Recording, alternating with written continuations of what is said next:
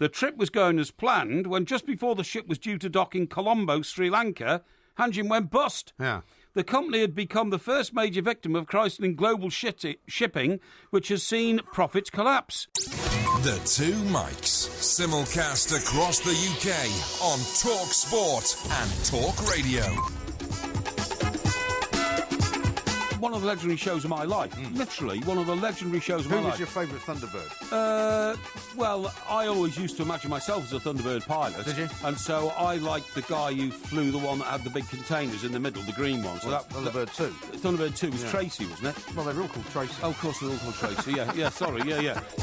This is Talk Sport. We are the Two Mics, and I'm delighted to say it's time to say a very, very good morning to Mr. Mike, a Porky, a Parry. Very good morning to you, Mr. Parry. And a very good morning to you, Mike, and great to be here again, back in the Talk Sport studios. Absolutely. And one thing I forgot to tell you, by the way, yes. we'll get around to a bit later on in the show, yeah. whilst you were away last week, the legendary Bobby V died. Bobby V? Yeah, I'm going to have a bit of a review of his, a couple of his discs later on the show. He's a bit of a one-hit wonder, wasn't he, Bobby V? A rubber ball comes bouncing back to you. Yeah, all right. Can you name any of his other songs? Yes, I've come across a couple of his other songs. I don't think so. Yes, I have. Hang on, I researched Well, them. you don't want to do it now. No, we'll do it later in the show. I don't think anyone else would know another song. Take good care of my baby. Remember that one? Yeah, Take good care of my baby. It's all a very long time ago, you know. And Run to Him, whatever that was. Run to Him. Oh, no. I'll tell you what he did. Run to Me, I know. I'll tell you what he did. Run to You. He did the great one. He did the great one, which I've always found very mystical. Great one. And the night has 1,000 eyes. Oh, yes. Yeah, I know that one. Well, that was him as That's well. not bad, actually. Yeah, exactly. That's your best performance so far. Thank you. Well, we'll get a bit of Bobby V later on. Anyway, then. we should be talking football, not Bobby V. We should indeed. When are you going to finally admit that Pep Guardiola is the real deal? That's the question I've got Well, I've for never you. said he's not the real yes, deal. You have besmirched his character. You've said he's a man that dresses like he's just been to the local Banana Republic. 9. You've said that he won't be able to operate in the Premier League. 9. You've said that he can't make Manchester City work properly. 9. And I'm afraid you're now being proved completely and utterly wrong. Are you not? All I said that for the first time ever coming to England, Yeah. we're from England. Where are you from? Are you all right? I've been on, been on the caffeine-free Red All Bull. I said was, coming out of the continental comfort blanket in which he worked all his life, and particularly at Barcelona, to English shores, he has to prove himself all over again. And Well, he just beat Barcelona 3-1. Yeah, I know, but that was tonight. Rather convincingly, I have to tonight, say. But last night he hadn't beat Barcelona 3-1. 2 weeks ago, right? Yes. You were ridiculing the the Manchester City outfits where they wore to Barcelona. Well, they were ridiculous. Saying particularly singling out Brian Kidd. They were ridiculous. As a man who's far too old to be dressing like that. Yeah. And you said that they played terribly, but you know this was a completely different experience last night. Well, it was a different experience, and well done. I think De Bruyne is a huge and influential factor in Manchester City's team. Whenever he's playing, he scores free kicks like he did last night. Then Manchester City have got a huge advantage. Have another they not? Jose Mourinho reject, right?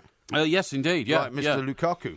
And Mr. Pogba. Yeah. And Lukaku's turned out to be brilliant. De Bruyne's turned out to be brilliant. was not a Chelsea reject. Sorry, I beg your pardon. He was a reject who's gone back to his club. Although, funnily enough, I was thinking United. about Pogba the other day, Yeah. and I wondered, nobody's actually said, perhaps Sir Alex Ferguson was right about Pogba. Yes. Because the fact that they've spent loads of money to bring him back exactly. doesn't prove anything. The fact that he's not playing particularly well makes out that maybe Sir Alex was right. Indeed, I totally agree with you. These are the kinds of things you can expect from me. Yes, kind of indeed. And old Arsenal gave their fans a few heart palpitations, didn't they? They certainly did. 2-0 down, 3-2 up. Now we'll win the Champions Cup. Da-da-da-da-da-da. It's actually called the Champions League. It's not the Champions Cup. That's quite a nice idea, though. Exactly, yeah. And where have you been tonight? Sorry? Where have you been tonight? I haven't been anywhere. You've been out with the 3 degrees, have you? No, I haven't. No, my friend Sheila. She's in pantomime in Colchester. Is she? So I'm going over to see her. You're going to Colchester to see a pantomime? Yeah. With her in it? Yeah. Really? Yes. How bizarre. She plays the wicked fairy godmother. Does she? Yeah. Is she going to give you a part? Sorry? Is she going to give you a part? Why are you looking at me like that? I mean, it was a ridiculous question. Is she going to put you in the panto? No, I'm going to appreciate be Rumpelstiltskin. To appreciate her appreciate her art, you idiot. Oh right, okay. By the way, you talk about that. You invited me to this panto. No, well, I don't want you around. Mind you, I don't. It's a long way for me to go, Colchester. I don't want you around. No, of course you don't. You're frightened. I'll reveal by the way, true nature of your character. No, sometimes. Sometimes, of course, when you go with friends and all that, you have to pretend you like it, what's going on, even though you don't. You know what I mean? Right, yeah. And that's called the fake smile syndrome. Yes. Okay. And I don't know how good you are at it, but you get less good at it as you get older. Yeah, I'd say. exactly. I've been doing some research on this. Okay. And what you have to do is, if you want to practice it, I'm not joking, this is what you do. Before you're going somewhere where you know you're not going to like it, but you've got to pretend you are, you should stick a pencil in your mouth between your teeth and clench it for about like 30 seconds. Oh, what you mean before you go out? Yes. Right. Yes. How about a pen? A pen will do. Pen will do. But I have very expensive pens. You see, like this one here. Well, so do I. See, I've now got £100 worth of pilot pens that I was sent. You remember? Oh yeah, of course. But they're £100 of pens collectively, but they're cheap pens individually. Yeah. Well, I seem to remember when you unveiled the contents of your bag the other week. You had a very cheap biro in there. Well, that was only to scroll out sort of betting slips and all that kind of stuff. I see. But this cross pen, of course, this is a very expensive pen as well. Well, you wouldn't want to put that in your teeth. No, you don't want to put it in your teeth. But what you do? How about a chopstick? And chopstick would be good, and that gives you the false smile. Okay, so it says here. When's the last time you went to something you didn't want to be at? I don't think you'd have been to anything like that for a long time. I think you're right. I don't usually go to things I don't want to be at. No. I decided around about the age of 50 that anything I did in life I was going to do because I wanted to do it, not because somebody else wanted me to do it. You know what I mean? Right. Apart from, obviously, family occasions when you do it because it's your mum or something like that. You know what I mean? no longer have dinner parties, right? Yes. Because women that I've lived with have always wanted to have dinner parties for some bizarre reason. Yeah, that's right, yeah. But they soon realised that I was so obnoxious to the people that came to the dinner parties that they just don't organise them. I can't stand dinner parties. Well, if you end up at a table with a bunch of bores, then they get it from me. Yeah. I mean, full in the face, you know what I mean? You know, why are you such a bore, you know what I mean? And that kind of stuff. Yes. And you're absolutely right, you never get invited again, which is the whole object of the exercise. But you take all the free wine off the table. Well, it's not so much that. It's just that, I'd rather spend time, with the one or two people I want to spend time with. Yes. Yeah, well, that's right, yeah. What you can do is you have to put this pencil between your teeth, right, and practice grinning, because otherwise the false smile frown can be detected by the person you're trying to actually give a positive to. You see what I mean? Right. And the other thing you should do is study cartoons, because you'll always see that a cartoon figure has a sort of a curve for its mouth going down if it's glum, and a curve for its mouth going up if it's delighted. Have you ever noticed that people... And that's how you're supposed to shape your mouth and your face when you're trying to put on the fake smile. Have you ever noticed that people who have been quite miserable during their lives, as they get older, the corners of their mouth actually turn down and they start to look very miserable? Yeah, old and curmudgeonly and that kind of stuff. Yes, I've noticed that. Yeah. This all comes from Professor Eric Jan Wagenmaker. What's your problem? What's his name again? His name is Professor Eric Jan Wagenmaker, University of Amsterdam. Oh, very good. He says this does not replicate the results. I thought we were supposed to be talking about football, by the way. We are, but I mean, this is all about psychological science and the art of winning and losing and appreciation and all that kind of stuff. No, I see. Are you saying that Brendan Rodgers might be one of those people who looks happy when he's actually not? I'm telling you. My team were magnificent. Well, the one thing you can say about Celtic is they're still in the competition. Well, still in the competition. Everybody thought they were going to go out tonight. Well, what they've done is basically they got a great result tonight, right? They've got 2 points in the competition now. But what I have to say is the result they got tonight was actually more beneficial to other teams in the group. To Manchester City, particularly. To Manchester City, yeah, absolutely, yeah. Well, as I think somebody pointed out tonight on Talk Sport, at one point during the game, during the games when City were 1 down, and Celtic were 1 down. Actually, that was very, very bad news for City. Of course it was. They could have been out of the competition. Well, they could have been looking at third place. Third place. But how about this, though? For a Europa theory, League. Everybody's celebrated the fact that Arsenal are now through for the 17th year in a row. I know, isn't that amazing? But what do you think of the chances of them not going through on top of the group? Because everybody says now they're through, they can relax, right? Yes. The PSG are second. Relax, all right. do it Calm down. when you want to go to it. But listen to me. So if PSG end up actually not relaxing quite so much, they could end up top of the group, and Arsenal go through second again. Of course they could. But I think, again, because it's a similar situation, Arsenal, you're right, they're through, aren't they? And yes, I've just said that. Yeah, but what I'm saying is, this dead rubber situation, quite often you get it when a very strong team doesn't have to play the last 2 games of its group, even to stay on the top. Yeah. It's a complete waste of time and money, and in fact, it it's not, devalues the whole competition. Yeah, but it's not, though, because if they go through top of the league, league, then they have a much better chance of progressing, don't they? Sure. So actually, it's not a dead rubber. If they treat it like that, they may end up going through second, which would be another failure. Yeah, but they can still get to the last game of the group, the sixth game, not needing to win it at all, you know, and still stay top of the group. Possibly so. Yeah, well, possibly. Well, it's not just see. possibly, it's definitely. Well, it's not definitely, because they've got the same number of points as PSG, haven't they? Hey? They've got the same number of points as PSG. Yeah, but so they've got the same number of games left. Yeah. So if they don't win those games, and PSG do... Yeah, but who are the games against? Well, it doesn't matter who they're against. But one of them is against PSG, isn't it? Well, exactly. So if they beat them, that nullifies it, because that's a 6-pointer. Do you see what I mean? Well, of course, but that's not my point. My point is that they cannot relax. You didn't think so the maths through. No, they're not dead rubbers, is my point. You didn't think the maths through, mate? I said they're not dead rubbers. Well, I didn't say they were dead rubbers. You just did. You said they were dead rubbers. There was no point in them and a waste of time and money. No, I think you'll find I used the word could be dead rubber situation, okay? You Please could get be that right. A dead rubber situation in a minute if you carry on like that. This is Talk Sport. We are the Two Mikes. The Two Mikes. Simulcast across the UK on Talk Sport and Talk Radio. Smile, though your heart is aching. Smile, even though it's breaking. When there are clouds in the sky, you'll get by. If you smile. It's a nice song, isn't it? Is that Bobby V? No, it sounds to me like Nat King Cole. So why are we playing that? Because you were talking about smiling. Oh, smiling, I see, of course. Yeah, well, it was only 5 minutes ago. Well. Yes, no, that's fine. That's you know who good. wrote that, by the way? Paul Anka. No. Who? It's a very famous song, this. Right. Recorded by many people. Yes, it is, yeah. It's written by Charlie Chaplin. No. He was. Don't be ridiculous. It was written by Charlie Chaplin. Charlie Chaplin didn't write songs. He wrote this. He wasn't a songwriter. He wrote this. Are you sure? Yeah. Oh, well, anyway, if you put a false smile on and people can tell it's false, then it's worse than not smiling at all. That's the point, okay? Yeah. And the false Have you ever done that? Yeah, I suppose I have sometimes. Yeah, I've tried to be happy for somebody when I wished I wasn't, or you know what I mean, or wished they hadn't had the sort of success they'd had, or whatever. You know, they hadn't had the sort of success they'd had. Well, what do you mean you're jealous? Not jealous, no. Just that I didn't think they were a suitable person to enjoy success because they weren't a good and honest and forthright seeker of truth and justice like me. I see. Okay. Iron Lion says, I can't think why Porky's going to see Sheila Ferguson in Panto. Yeah. Oh, wait. And then there's a picture which has been put out of Sheila Ferguson. Yes. With somebody on Twitter that you may know. You've presumably seen that picture, have you? Let me have a look at this, please. Well, you must have seen that picture. I'm not sure I have seen this picture. Let me see. If you haven't seen that picture, then I'll be amazed. Oh, well, no, I have not seen that picture, but when was that put out? Well, that was put out while I was on holiday, actually. Oh, really? Yeah, well, I think there's a... Especially with your friend, isn't it? It is, indeed, With yes. Sheila Ferguson. Indeed, yes. Yeah. Oh, that's very nice, yes, very good. Well, you see, that's, so when are you going over to Colchester then? Well, I haven't worked that one out yet, but... You're going to get over the drive? Well, yeah, I'll You go. sure that's quite a good idea? Of course, what do you mean? Well, I mean, are you staying the night?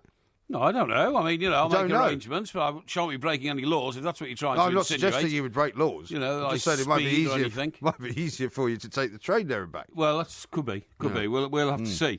Now, the football was scintillating last night, so we're looking forward to another night as well, aren't we? We're going to talk to Leicester playing tonight. And Tottenham, of course, back at Wembley. That's right, yeah. You might have just heard Mauricio Pochettino there saying that you can't blame Wembley for the loss against Monaco. Well, Poch, yeah. So, exactly. So there's a lot of whispers in Madrid that he might be going there next summer. Well, we were saying that last night, weren't we? Well, because, of course, Inter Milan's manager lost his job today, didn't he? Now, that was a guy, right, who last summer, the so-called experts were telling me, oh, don't worry about getting Ronald Koeman from Southampton. Yeah. Don't you worry. I'm telling you, Frank de Boer is a much better option. Uh-huh. Well, Frank de Boer lasted 10 games at Inter Milan. And he's just been fired. Yeah, so it wasn't that great an option, really, was he? Probably not. What about David Moyes, your old friend? Well, do you know what? He's now going to miss the next game against Bournemouth, after which he may be fired. I've been listening all day to sort of, people who are well-read on football, on television and radio and all sorts of things, and I can't believe it, that the woods are burning so fiercely for David Moyes that, in fact, his seat may have burnt from under him. Well, indeed. By the game after next. Yeah. Well, because, the next game, which he would have hoped to have won because he would have wanted to safeguard his job, he's now not going to be able to sit on the touchline. No, exactly. And apparently, Bournemouth have only conceded 4 goals at home this season. Yeah. and it's at Bournemouth. They played quite well, Bournemouth, as well. Well, they get results. They beat Everton at home, which was annoying to say the least. At least it was annoying. 1-0. But there we are. Okay. So, I hope it doesn't come to that for Davey, but I mean, it is a miserable situation in which he finds himself, and I suppose at the end of the day, there's no defence for it, is there? If the record looks so bad, well, it doesn't just look so bad, it's so bad, you know what I mean? Exactly. Jeff says this, why did Porky turn into a German 999 when talking about Pep? It sounds like he's lost the plot. Lord Vralo says, Porky's fired up tonight. I suspect a table for one pub night or back on the Red Bull train. No, not at all. I haven't had a Red Bull for ages. James says, too much fish fingers for Porky and Red Bull consumption. He's off the rails. No, not at all. Listen, I want to tell you about a bloke called, okay? Yeah. This bloke was called... Which bloke? Joseph Israel. Okay. Joseph Israel. And who's he? Dutch artist. All right. And what happened was he's responsible for Van Gogh cutting his ear off. Is he? Yeah. Why? Well, Van Gogh painted a great painting called... Sunflowers. No, that was even more famous. Right, so not as famous as Sunflowers. No, it's not famous as Sunflowers. It was, let me see, it was a good painting. Oh, it was called Pink Peach Trees. Painted a good painting. Yeah, Pink Peach Trees. Pink Peach Trees. I haven't heard of that one. Yeah, well, if you know your classical art history, the masters, you know anything about the masters. Maybe you'd like a quiz on that this week. Like a quiz on it this week, yeah. So if you know the history of masters, you know that Pink Peach Trees is one of Van Gogh's most famous. Anyway, right. So he paints this Pink Peach Trees, right, which is a great painting, but he was a very sort of delicate boy, Van Gogh. Was he? And he invited a bloke called Joseph Israels to come round to his squalid hovel in Amsterdam. Yeah, because he only ever sold one painting, didn't he? He did when he was alive. My father always said, you know, when people would criticise him for being an artist and sort of a little bit of a layabout. He said, well, I sold more paintings of Van Gogh. He said he only sold one that was to his brother. Yeah, well, your dad sold at least two, because I bought two. I had a charity for him. He actually sold quite a lot. Don't worry, I bought more than two off him. I bought about 20 off him. Sure, exactly. It was my way of subsidising his old age. That's right, yeah. Well, I felt a bit that way as well. Well, yeah, except you didn't keep the paintings. You put them in the sort of rented hovels that you give out to the Egyptian doctors and others. That's a bit harsh, isn't it? Well, that's what you told me. I mean, fancy saying that Egyptian doctors live in hovels, honestly. What a terrible thing to say. Well, the places you rent out are hovels, aren't they? No, they're not. They're actually very smart. But anyway, so what happened was, the word went out from Van Gogh, where is Joseph Israel? Van Gogh, why are you talking like a Dutchman? Well, because he was Dutch, wasn't he? And old Joseph never turned up. But he'd seen the painting and he sent a note. So he sent this note to him and it said, Vincent, you are a clever lad. Okay? Yeah. The problem was that it looks as though the letter arrived at Van Gogh's hovel to be received by his brother. Yeah. Who then put it in his pocket and forgot to tell Van Gogh about it. Oh, I see. Van Gogh was so distraught that he took the razor and cut his ear off. Oh, dear. In frustration. And the next day, he was lying in hospital, not in too good shape because he'd cut his ear off and he was bleeding quite heavily. Isn't there supposed to be some kind of dispute as to how much of his ear he cut off as well? Well, most people think it was only his earlobe. Right. Not like his whole ear. Hurt. It would still hurt, yeah. And it got infected anyway because in those days didn't have a lot of sort of penicillin and all that kind of stuff. No. So, anyway. Had it not been invented yet? No, it hadn't been, no. No, penicillin was invented by that French bloke, Louis Pasteur. Louis Pasteur. By accident in a laboratory.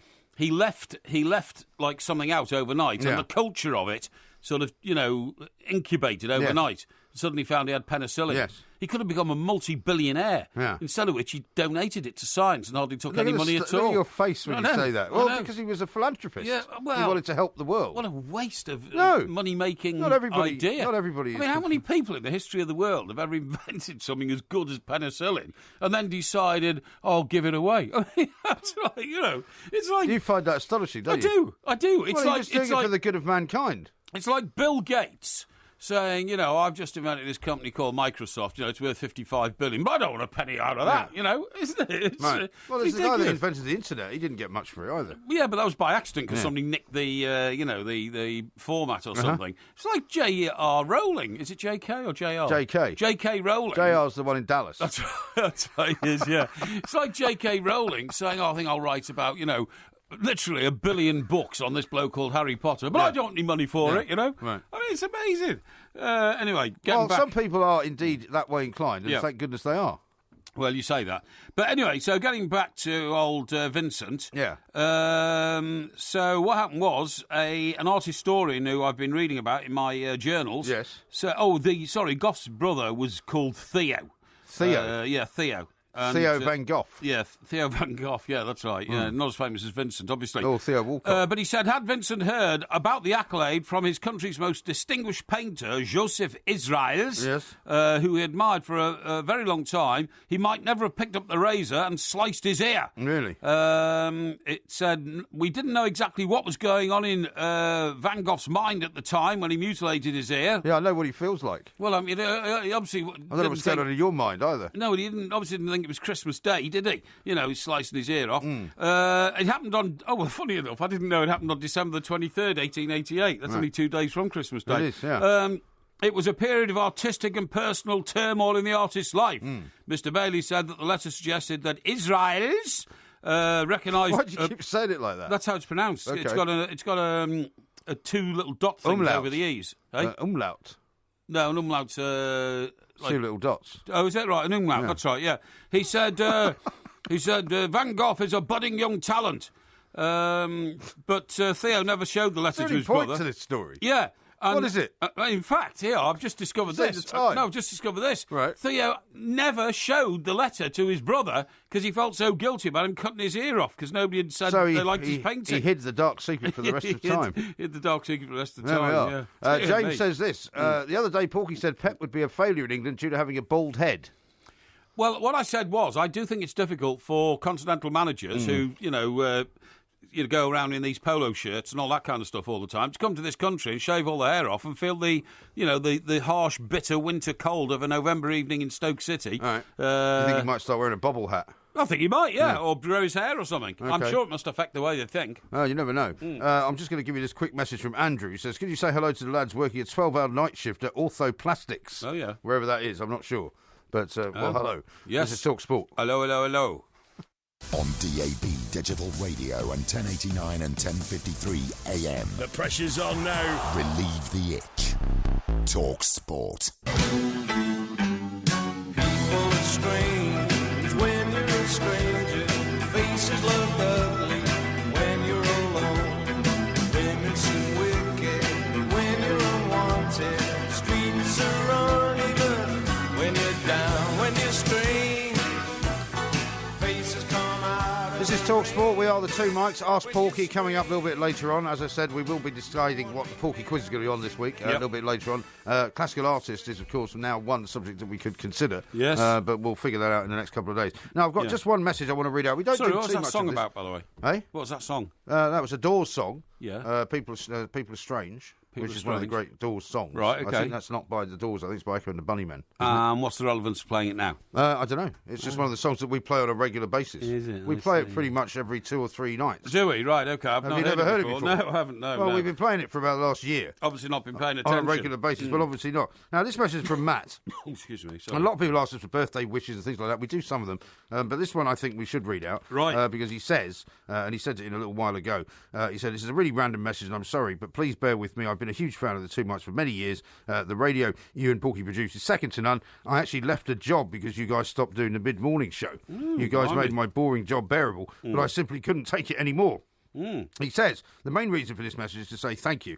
I don't catch the live show anymore, but listen to the podcast every day. They are available. I recently came out of 8 months of chemotherapy, and listening to you guys while in recovery put a very rare smile on my face. I also listened to you guys while actually receiving the drugs on a few occasions, and it genuinely helped me deal with the whole ordeal.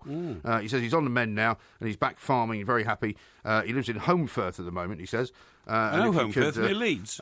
He doesn't say what it's near. It's in Yorkshire, isn't it? Near Leeds. Well, if it's near Leeds, it would be, wouldn't it? Yeah. Anyway, he says, a shout on the podcast would make my day. Thank you for helping me through chemotherapy. So, which is kind of a nice thing. And what is the chap's name again? His name's Matt. Well, Matt, we are absolutely delighted to have been of some comfort and help to you during that very difficult period of your life. We hope you're going to make a full recovery. And thank you very much indeed for contacting us. It was a pleasure to hear from you. Thank you very much indeed, yeah. So anyway, here's one from Lizzie who says, if Van Gogh were alive now, listening to that story, he would have sliced the other ear off. He might have done, I suppose. He probably would have done. Yeah, that's a bit harsh, isn't it? But Yeah. I mean, look... James is wondering if you're high on absinthe. Absinthe, no. Have you ever had any of that? Yeah, is that green? It's green, Yeah, the green one. A mate of mine brought some back from Holland once when I was working in Scotland. Right, yeah. And it came round to my house and we sat up for quite a long time drinking a bottle of it. Of but absinthe, we couldn't finish it. Yeah. It's so horrendous. Well, it's so we strong. couldn't finish it. I'm sure I've told you the famous story about Dudley Freeman, Yeah. when we went out for lunch and we started in that... there's a great steak bar in that development he lived in. He lived on the drive, didn't Waterside Plaza. Waterside Plaza, that's Yeah. it, yeah.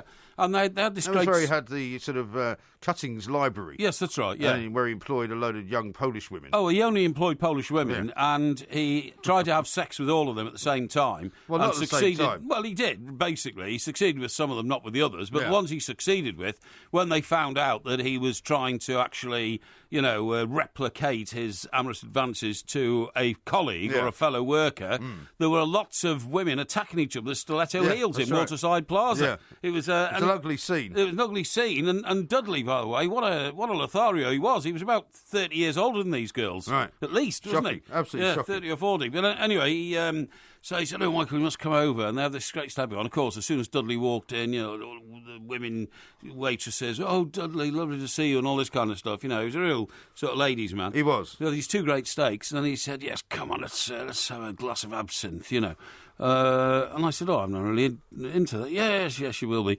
So we had the best part of sort of half a bottle or something. Then we went uptown and we ended up in Costello's. But later on, Eamon Durand's. I mean, and I sort of lost touch with Dudley. Reality, presumably. Yeah, well, we picked up a load of people along the way, the usual sort of suspects and all that.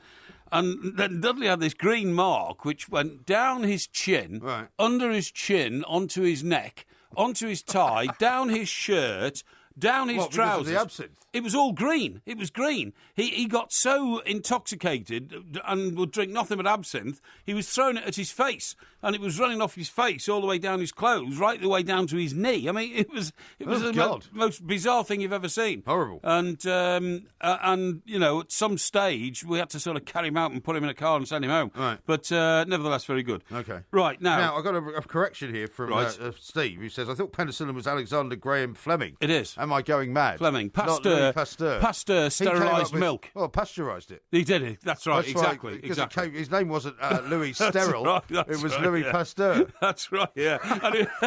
And it wasn't Louis Penicillin either. Well, neither was Alexander Graham Fleming, to be No, to be that's fair. right, yeah. You sure that's not Alexander Graham Bell, the Well, guy no, who that's a invented the different one. telephone? That's a different one. No, I think it was just Alexander Fleming. to be Alexander honest. Fleming, yeah. Yeah, I think it was, yeah. I think it was great. Nick says this. Ever notice when you're talking, Mike Parry's reactions are so random, they sound like recordings? What do you mean by Well, that? like when you say, yes, okay, right, he says. That's what you mean, yeah.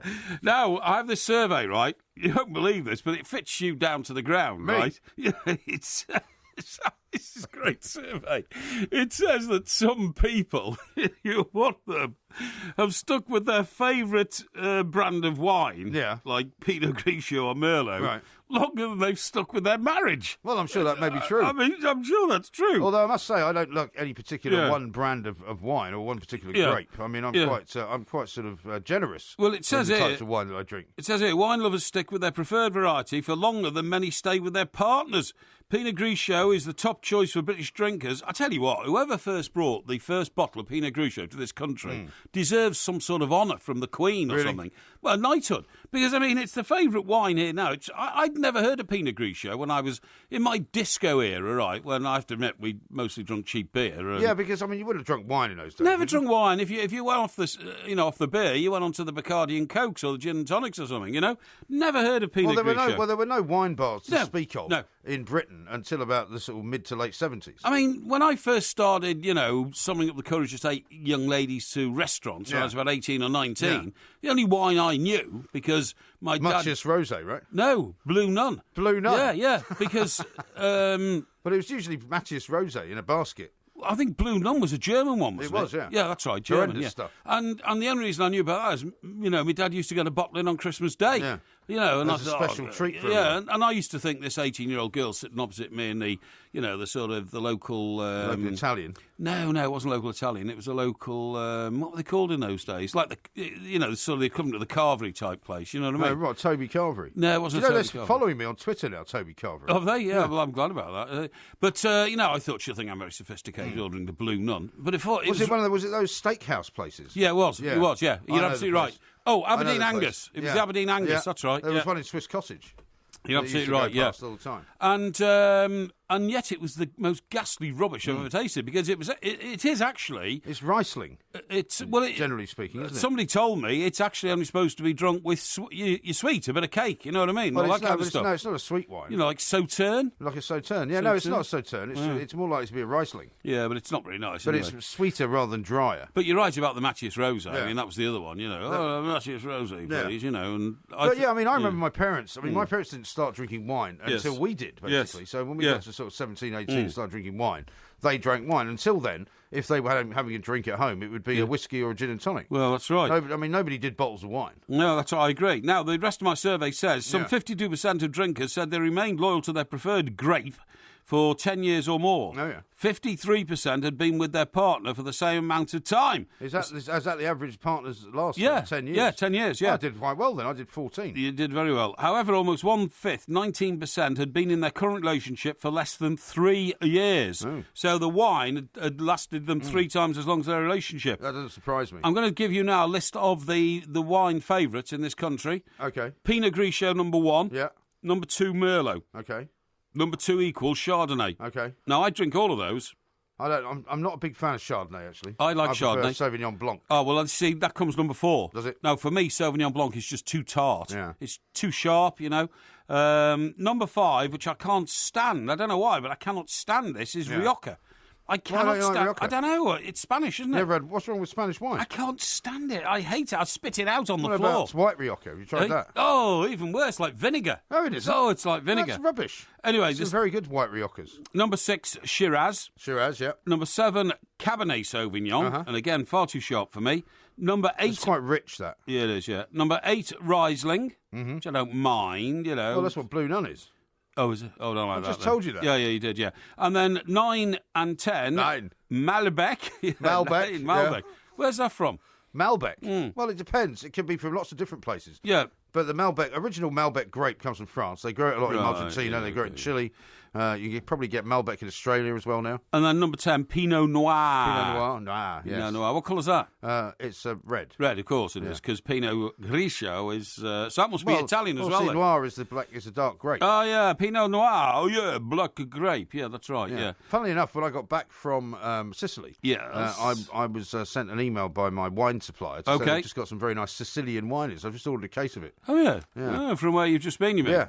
Anyway, the volcanic soil is very good for vineyards. Of course it is, yes. And I wonder why they don't grow any wine in Iceland, because that's got loads of volcanoes. They probably don't have the climate. It's too far north, isn't it? No, you could put like big greenhouses up, couldn't you, and build them over the volcanoes and grow great wine fields. Idiotic. No, that's a great idea. I'm going to suggest that to the Icelandic government next time I'm there. What they do have is very good vodka.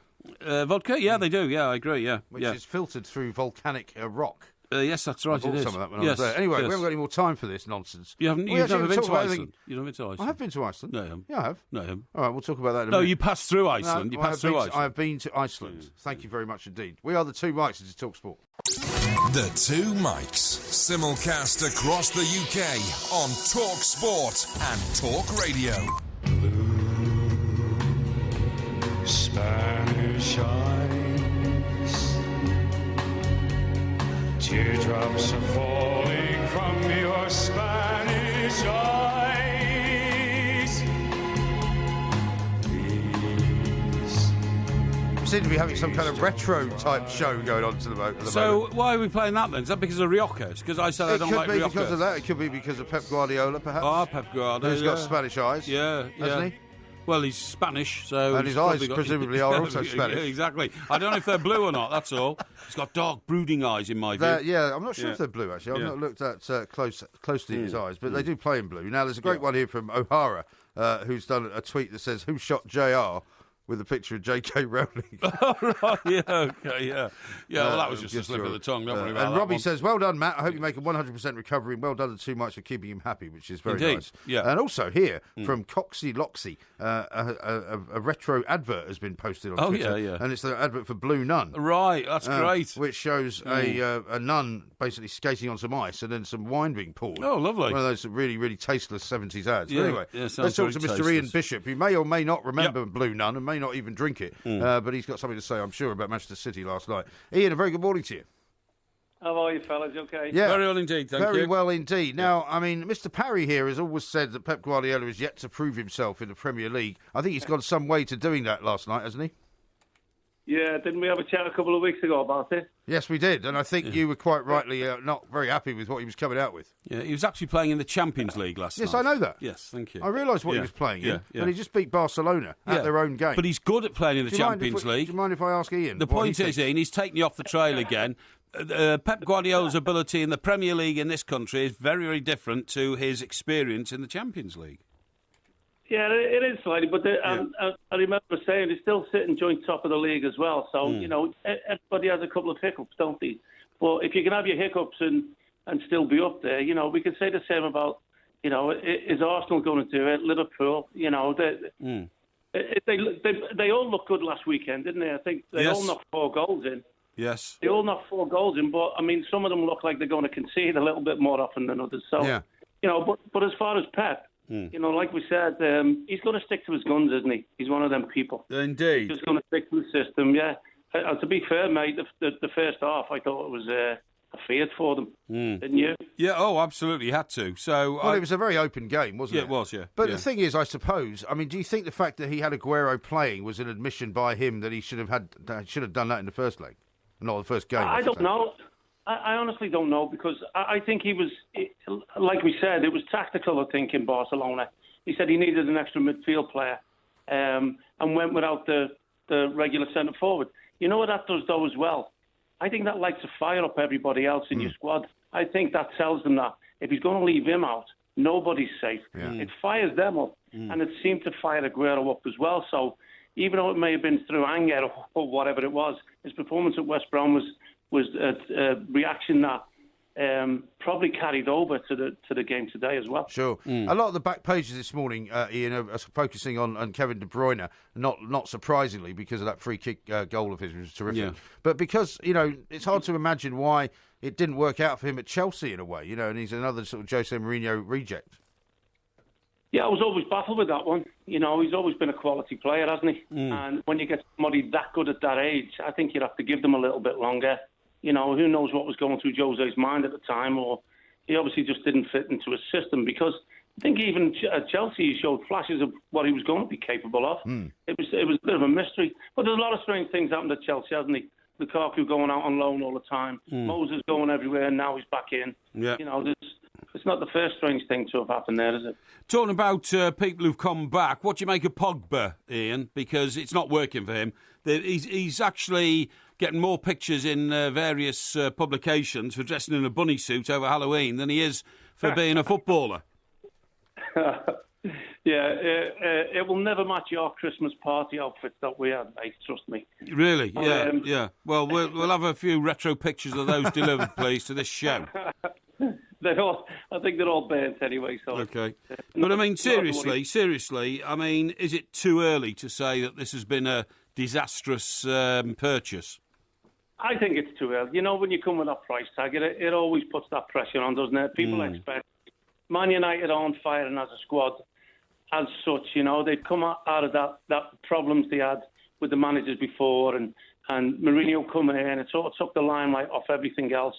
And now that's sort of died down. It is focusing on him and Wayne Rooney mainly. You know, Ibrahimovic has sort of gone quietly about his business, you know, and all the emphasis has been put on him, and it is a lot of pressure. But it's the toughest league in the world to come and prove yourself, isn't it? Yeah, of course it is. And if you do it, the rewards are great. But the rewards are great even if you don't do it. You must regret not being a footballer these days, Ian, when you see how easy it is to earn vast amounts of money. Not everybody's as obsessed with money as you are. No, it's easy to earn vast amounts of money with very average amount of talent. Yeah, well, you can say that. I mean, I don't begrudge the players anything, to tell you the truth. I had a lot of fun when I was playing. We had, we had a little bit more scope to go and enjoy our life as well as our football, and the players don't have that today. And I'll tell you the truth, mate, I wouldn't swap that. No. Exactly right. See, Porky can't understand that kind of attitude, Ian. I mean, he's a guy who can't believe that the bloke who discovered penicillin actually gave it away to the world for the good of mankind, as opposed to making a fortune out of it. Yeah, exactly. What a bad decision. Basically, could have. I mean, look, if he'd have made himself 50 million out of the penicillin, he could have given a couple of million to a hospital or something like that. So, right. I think he was a fool not to do it. Shall we get back to the football? Yeah, I think we should. Yeah. What about Arsenal's performance, Ian? Everyone's a bit shocked to see them 2-0 down to Ludogorets at the early stage of the evening. Yeah, definitely. Yeah, I mean, I was concentrating on the other game, so I was only seeing the little flashes of it. But I'm a bit of an Arsenal fan, and I was trying to keep an eye on it. Yeah, they've showed a lot of guts lately, haven't they? They've showed a lot of good spirit, and and some good performances as well. I mean, Sanchez is on fire. Giroud seems to have, had a fire lit underneath him since he's come back. Yeah.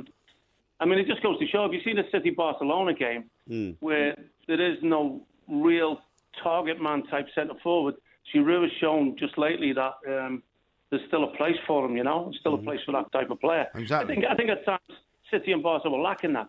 City were getting free kicks on halfway line instead of putting a ball in for somebody.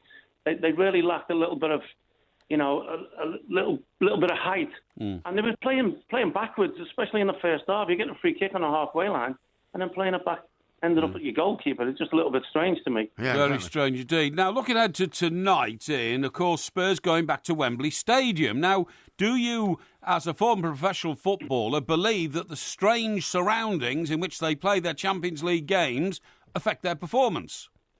Definitely. I think, you get used to your home pitch. You get used to the fans being in that surrounding. I had the same questions with West Ham now, and the strangest little things pop up because you actually know where you are on that pitch. You can even see an advertising board or something like that, or one of the pillars in the stadium, and you'll know exactly where you are. You do get used to it. I just think it's strange. I think it takes away your advantage. Presumably, as well, you're used to the internal workings of the stadium. When you get off the coach, you go into your dressing room, you sit in a regular place. Suddenly you're in a different environment, and the sounds are all different. You can hear different things. You're going out through a different tunnel. It's got to have an effect. That's a good point. Yeah, just the tiny little things. You do have your set routines for games, and a lot of footballers are superstitious and very meticulous about keeping the same routine. And I'm sure if you ask the players individually, I think 99% of them would say they'd rather play their games at White Hart Lane. Yeah, absolutely right. Now, you mentioned West Ham there, Ian. I was going to say, they'd rather be back at the bowling, wouldn't they? So, I mean, there's some people now saying that this is not a stadium fit for football, that it should be pulled down. Yeah. It's been revealed that the taxpayer has forked out an extra $51 million to try and alter it for the purposes of football. I mean, it's all going a bit wrong, isn't it?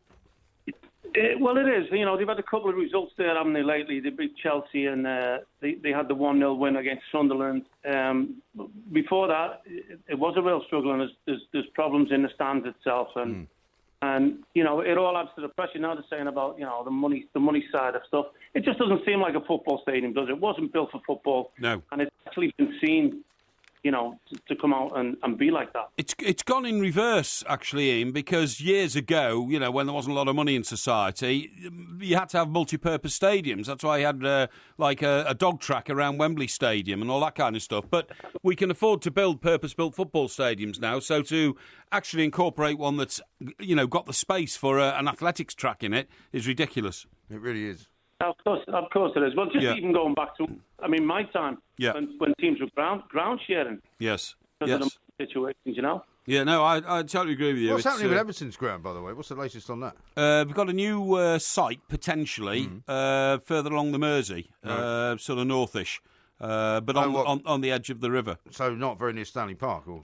No. It's well, it's not a huge amount of way away, but it's on the coastline going round in the opposite direction from where the last Riverbourne Stadium was, which is now the Echo Arena. Yeah, okay. Well, you took so long to answer that we've lost Ian now. I just want to say goodbye to him. Well, don't worry about that, because, I think he couldn't wait to get off the phone after you asked him so many ludicrous questions about, things that really don't matter. I think he said that was a very good point, actually, when I told him about the inside workings of a stadium and the noises that you hear. You missed that one. There's one particular newspaper making a really big fuss about a question of sport being revamped. Oh, yeah. I haven't seen it for about 10 years. Okay. Well, have you? I'll hold that thought, because I'll come back and tell you. Yeah. We're the two mics. This is Talk Sport. This is Talk Sport. We are the two mics. There will be a podcast coming out a little bit later on, of course. We are at the O2 Academy in Liverpool on Friday night. We certainly are. I think the number of tickets has dwindled down to about 12 now. I think it's about 10 or 12 left. So if anybody wants to get in there, you better do it quick. If you want to get along, you're very welcome. Yeah, find the link on the twomics.co.uk. Where is it, sorry? The twomics.co.uk. Or it's on Facebook, or you can find it on Twitter as well. There's lots of places to find it. Or you go through Ticket Web if you like. Ticket Web. Yeah, no problem. Over the place. Now, we've had a fantastic communication here from Scott in Australia. Oh, yeah? Yeah, I love to hear from Australian audience, so get in touch with us any time, please. But Scott says, a beautiful sunny lunchtime here in Oz. Yeah. I'm walking down the street and suddenly I bump into Swansea's manager. And he's taken a picture of a digging machine called the Bobcat. The Bobcat, yes. That's a well-known manufacturer's name, actually. It is, yeah. Very true. Also, there are And, of course, that's Bobcat Bob. I'm going to push the envelope. Who has also, by the way, got rid of all of his hair on his head, so he might find it a bit chilly coming weeks. Now, Carl, how about this? Carl and Tracy have tweeted at the two mics saying, we're leaving New Zealand as we speak. See you both on Friday. Fingers crossed. No, you're joking. So they're flying from New Zealand. Coming all the way from New Zealand? Yeah, to the concerts. Well, they won't have as far to go when we... concert. Sorry, it's our show. As much as you'd like to sing every single minute of it. Yeah. We haven't done a musical version of it yet. No, we haven't yet. They won't have as far to go when we play at the Sydney Opera House next autumn. Well, let's see. Hopefully so. Exactly. Here's one from Bob, who says, money ain't everything, Mr. Parry. Dr. Jonas Salk gave away his polio vaccine patent to the world as well. Did he? Yeah. What a mug. Well, no, he's not a mug. He's the sort of person that makes the world a better place. Blimey. I don't know. Maxwell Silverhammer, regular correspondent. Yeah. Now, he says we, as in the royal we, still sell Blue Nun in Tesco, and it's still popular, selling a few cases a week. Well, maybe you're speaking on behalf of Tesco. Well, exactly. That's what I'm thinking. Is this Tesco insider? You can still get Blue Nun. I mean, you can still get Matches Rosé as well. Yeah. And Robbie says... Sorry? What's that? Yeah. I'm acknowledging your contribution. No, you're not. You're just going, Yeah, Porky ordering Blue Nun wine when around 18. I had you down as a snowball drinker, Porky. Snowball? Snowball was for ladies. That was like egg flip and... was that Advocar or something? Advocar, yeah. Was it? Night and mornings, I drink mornings, Advocar. And what did you mix it with? Like lemonade. I never lemonade and Advocar. That's right. And you whipped it up into a Absolutely snowball. Horrendous. Maybe I'll bring some of that grapper in tomorrow night. You can have some of that. Grapper? I'll give you a shot of grapper, see how that affects you. Hey, Mikey, have a grapper. It's very, very fiery stuff. Now, you said to me that I'd never been to Iceland, right, in the previous hour. Well, you stopped over on the way to America. No, I didn't You never got out of the airport? No, that's not true. Oh. I went to the Blue Lagoon. Oh, the Blue Lagoon, okay. Which is a very, very fantastic and interesting place. I've been there several times. I took my very young baby there, and he went into the Blue Lagoon as well. And we walked out. You sort of like christen him there on the Blue Lagoon waters? Yeah. Well, it was very, very cold, and there was snow on the ground. Yeah. I think we were going over for Christmas, actually. Oh, right, okay, And what happens is you basically spend about 5 hours in Iceland. Yes. You're not listening, are you? I am indeed. All right. 5 hours in Iceland, yeah. 5 hours in Iceland. Yes, I heard that. And one of the fine things about Iceland's airport at Keflavik is that they have free pushchairs. Because normally you have to check your pushchair on a plane, and it's a bit of a pain in the neck. It's actually in Reykjavik. No, it's Keflavik. Well, it's called Keflavik Airport, but it's in Reykjavik. Yeah, but it's Keflavik Airport. Yes, okay? sure. I'm using the name correctly. But Keflavik is another town, actually. Yeah, I know it is. Yeah. Well, it's called Keflavik when you land. Yeah, okay. Go on. You know, it's not in Reykjavik, actually. It's because Reykjavik is down the road. Yeah, it is. Anyway, go on. Yeah, so you can basically use their free pushchairs, which is fantastic if you've got a young baby. Free pushchairs, that's great. And you just take them from one end of the airport to the other, and when you're finished with it, you just leave it at the gate. That's excellent. Which is tremendous. Excellent. And you get a little shuttle bus, which takes you to the Blue Lagoon. Yep. And you get changed into your swimming stuff. Yeah. And you walk out. And jump in. Well, first you have to walk out into the freezing cold before you can get into hot water. You know what that's all about. That opens up the pores on your skin, and then when you jump into the hot water, all your pores get thoroughly cleansed out. Yeah, that's what it's all about. But isn't it the other way around? What? Your pores open in the hot, and your pores close in the cold. Yes, yeah. It's when you jump in that your pores open, and you get all cleansed out, and then when you come out, then they lock up. You see what I mean? Yeah. Well, in some parts of Scandinavia, they beat you with sticks, don't they? Yes, they do. Yeah, that's right. You ever had that done to you? No, I don't fancy that. Apart from when you were in the riots. Yeah, well, exactly. Yeah. When I got but they were in Toxteth, not in Scandinavia. Have you seen this story on the front page of The Guardian, which I want to draw to your attention? Because, obviously, we were talking yesterday about car insurance and all that kind of thing. Apparently now, one of the biggest car insurance companies is going to start analysing people's social media to find out what sort of lifestyle they have in order to decide whether they're a high-risk an insurance customer. This is admirable. Well, what? Sorry, it's admirable. Well, it might be admirable as well. Yeah, it might be admirable. Well, I don't know whether you agree with it. Yeah. But it is admirable, yes. Yes, I see. And so basically, if you don't really use Facebook, do you?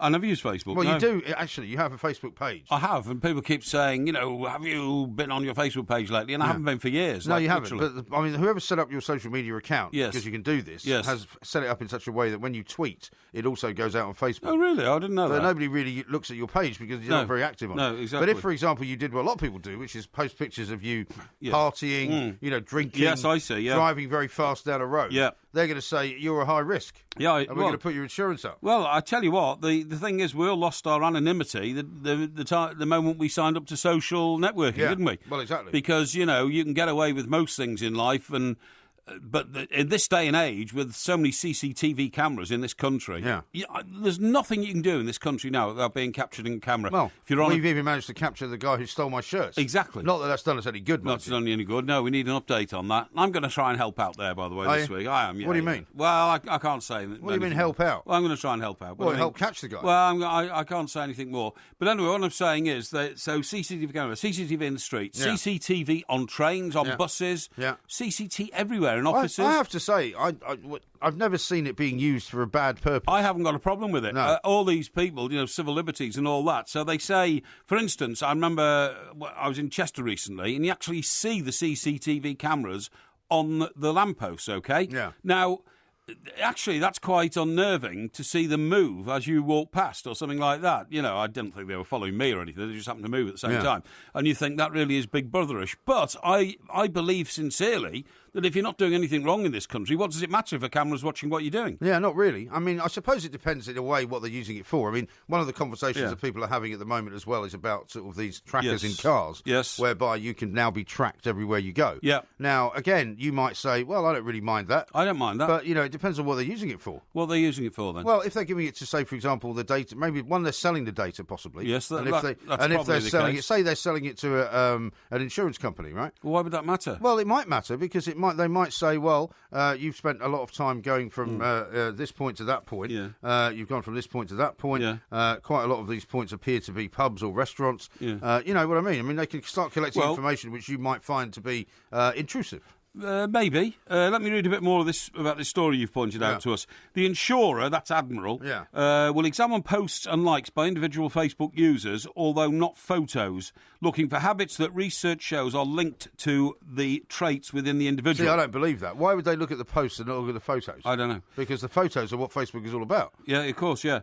These include writing in short, concrete sentences, that's the expression they use, using lists and arranging to meet friends at a set time and place rather than just saying tonight. Oh, yeah. So they're actually analysing how tidy your mind is. Yeah, how tidy your mind is. Which is bound to be, in many ways, inaccurate in lots of situations, isn't it? It says, in contrast, evidence that the Facebook user might be overconfident, such as the use of exclamation marks and the frequent use of always or never rather than maybe, will count against them when applying for an insurance policy. See, I use exclamation marks quite a lot. Yeah, I do.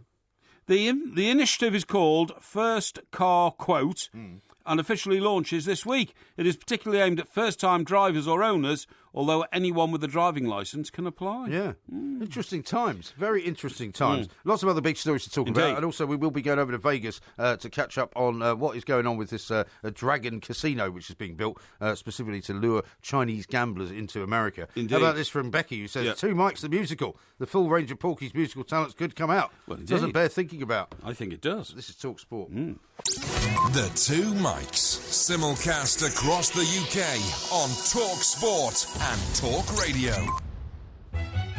Rubber ball, I come bouncing back to you. Rubber ball, I come bouncing back to you.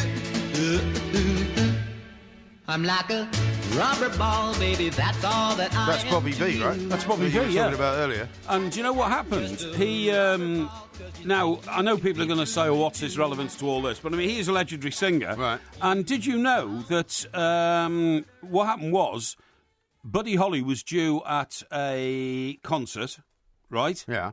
Sorry, you look a bit detached. Yeah, that's okay. Sorry, something happened that just distracted me. Oh, yeah, OK. Well, I don't like to be distracted No, when I I'm know. trying to explain these stories to you, because our millions of listeners Yeah, well, that's okay. require I've your just got about attention. 15 different things to do. You see. Yeah, well, you know, you can't multitask. That's your problem. Yes. So anyway, what happened was on this night, Buddy Holly is due on stage Hmm. at this particular venue, and he's not there.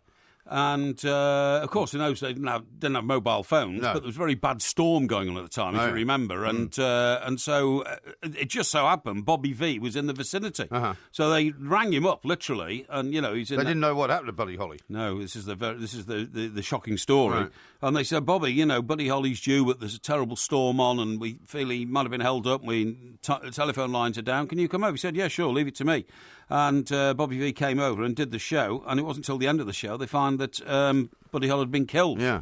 I mean, it was a terrible way to... With a couple of members of his band, I think. Yes, as that's well, right. Yeah. Terrible way to come to prominence, but that's how he came forward. And then, as you quite rightly say, some of his great songs, the one we just heard, Rubber Ball. Yeah, well, I remember that one. Take Good Care of My Baby. Take good Yeah, right. care I'd rather of hear my him singing them than you, to be honest. Yeah, that's right. And then, as I said, The Night of 1,000 Eyes. Yeah. The Night Has 1,000 Eyes. The Night Has 1,000 Eyes. Yes. Right. Yes. Okay. Now, So all typically- that's pretty exciting, really, isn't it? Well, not exciting, pretty it's interesting. not really. What age was he then when he died? Who? Bobby V. Bobby V. Isn't that why we're talking about it? Yes, he sadly died of Alzheimer's last week, and he was 73. 73. But So he- actually not that old. Not much older No, than no. your friend Sheila Ferguson. No, that's absolutely right. Yeah. He once appeared on at a concert in this country as a backing singer to Helen Shapiro. You remember her? Yes, but vaguely. I mean, it's all a very long time ago. Now, some people will always think of a way of getting around the various rules and regulations of the world, right? Yes. Martin says this on Twitter at the Two Mics. Easy to beat the insurance companies. Just suspend your accounts at renewal time. Well, I don't think so. No, actually, they'll be Martin. monitoring them round the I clock. don't think so. I don't think that's going to be quite as simple as that, is A it? friend of mine was very successful in introducing the monitors that go into cars for young people to assess their driving. What is it in terms of, like, if you speed, it tells you... It's Absolutely. like the black box type thing. Absolutely, like a black box thing. And the whole thing was linked directly to the fact that, you know, most kids who get a first-time car, Yeah. 17 or 18, their insurance bill's being paid for by their parents, right? Yeah. So they sold this to parents, really, the idea that, look, you know, not only will it reduce your insurance bill, it will actually allow you to monitor whether your children are reckless drivers or not. And also kind of more or less make them drive more carefully. Exactly, because they'll say, look, if what happened was, if you pay the bill monthly, then it's assessed monthly on how much you're going to pay. So if the bill suddenly shot up from, you know, I don't know, say £35 a month to £45 a month, it means that you've been doing a bit of reckless driving, and your parents will say, cut it out, otherwise we're not going to pay you the bill and you won't drive. Exactly. And that was a very successful project. I'm surprised they don't do that for everyone, really, in some way, shape or form. I suppose so, yeah. Gift Gaff says, insurance surveillance of social media may impinge upon the future use of words like bladderation by the Two Mics. Well, it may well do. You never know. Yeah. You never know. Yeah, exactly, yeah.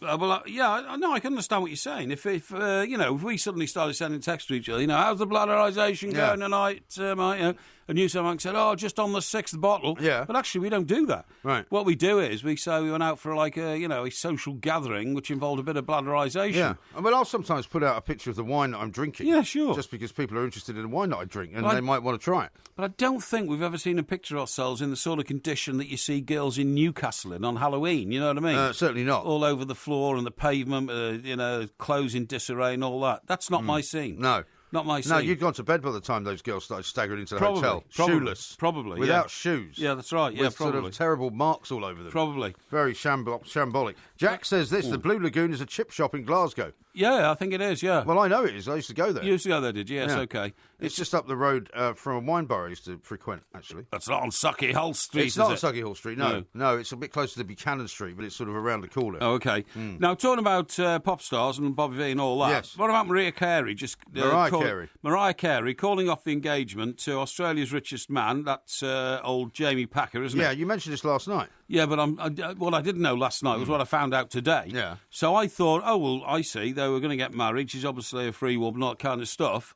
Then I read today, in an amazing announcement, today Mariah Carey finalised a divorce from her husband, Nick. Yeah. Well, I took it that she was engaged to Australia's richest man as being she was a single woman. She's not. She's still married. But maybe she was. You can become engaged with a view to getting married once the divorce is finalised. Well, that's exactly what she was doing. Well, there's nothing wrong with that. Well, I find that very odd indeed. Why? She's 46 Why do you find now it odd? as well. You used to go out with married women. Yeah, I know I did, but They weren't even getting divorced. I never asked them to get divorced, or anything like that. So why would her behaviour then be any worse than yours? Well, because she wasn't doing this as a duplicitous affair within her marriage. Yes. She had made it clear that she wanted to end one marriage and get involved in another. Yes. And I just think that the chain reaction effect is slightly bizarre. Sometimes I think you can take you are somewhat at the court's discretion, as it were, as to when you apply for the divorce and you get a decree nisi and then you get a decree absolute. Yes. But once you've got the decree nisi, you are in fact divorced. Yes, I see. But you have to wait until the final. Until the absolute, before it becomes legal. Before you're allowed to actually get remarried. To marry again, yeah. So here's a few facts and figures about Mariah Carey. Right. Remember that time she arrived in London and she turned up at the hotel, 5-star London hotel. There was not a red carpet there. Right. So she told the driver she sent a bodyguard into the hotel to tell them who she was. Right. Told the driver to drive round for 10 minutes and come back. Could put a red carpet up. Not only did she demand a red carpet from the entrance of the hotel to the edge of the pavement, a car stopped, she also demanded 3-foot-high candles along the edge of the red carpet. Well, she only gave them 10 minutes to get this. To escort her into Did they manage to do it? They did it, apparently, yeah. Wow. And I know which hotel it was. It's the one on the corner by Hyde Park Corner, the 5-star hotel. Oh, what, the Park Lane? Yeah, that's right. The one on the corner of Park Lane, the Four Seasons? No, at the other end, at the top end, near Speaker's Corner. Oh, by Dorchester, that way? No, didn't it used to be a hospital? And it's now a 5-star hotel. Oh, no, you told me you knew it. Yeah, I do know, but I went and had a drink there in the library with Martin Dunn. The library? Yeah, they've got a room called the library, it's a cocktail bar. Okay. And anyway... So is it on the corner of Oxford Street and Hyde Park Corner then? No, Or Marble Arch, if you go to the top of Park Lane... Yeah, Marble Arch? Yes, it's at the top on the left. And it used to be an old top on the left? Yes. Well, that's not Park Lane then, because the top of the left of Park Lane is the park. Yeah, well, it's just on the edge of the park. It's on the road into Kensington, so to speak. You know what I mean? So you're talking about near Lancaster Gate, then, aren't you? Yeah, I am really. Yeah, I suppose. Yeah. But you're right. I don't know it. But anyway, so it says here, not naturally blessed with height, Miss Carey. A very cutting phrase. Isn't it? Yeah. Her choice of footwear is always very high heels. Yes. A documentary filmed of her on her home gym treadmill this year illustrated that she was actually traipsing around on the treadmill in stiletto heels. Really? That doesn't sound like a good idea. Absolutely. She said, she said, I don't do bright light. I have a rule which states that I will not be seen in fluorescent lighting without sunglasses. As her voice is her fortune, she insists wherever she stays, anywhere in the world, that 20 humidifier machines are dotted around her bed. Yeah, I'm the same. To keep her voice, in good shape while she's asleep. Okay.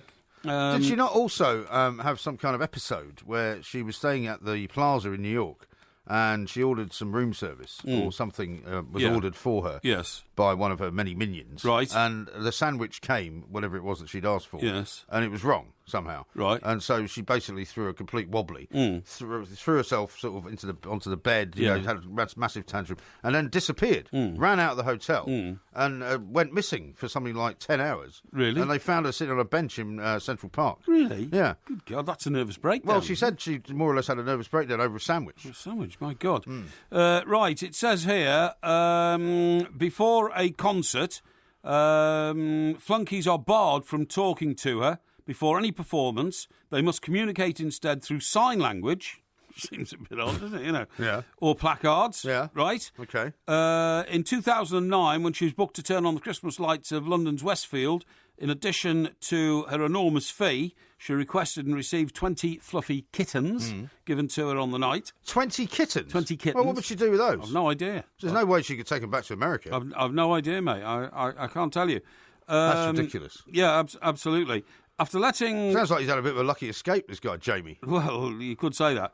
After letting her hair down until 3 a.m. at celebrity restaurant San Lorenzo in Knightsbridge, she cancelled a radio interview the following morning, saying she's not a morning person.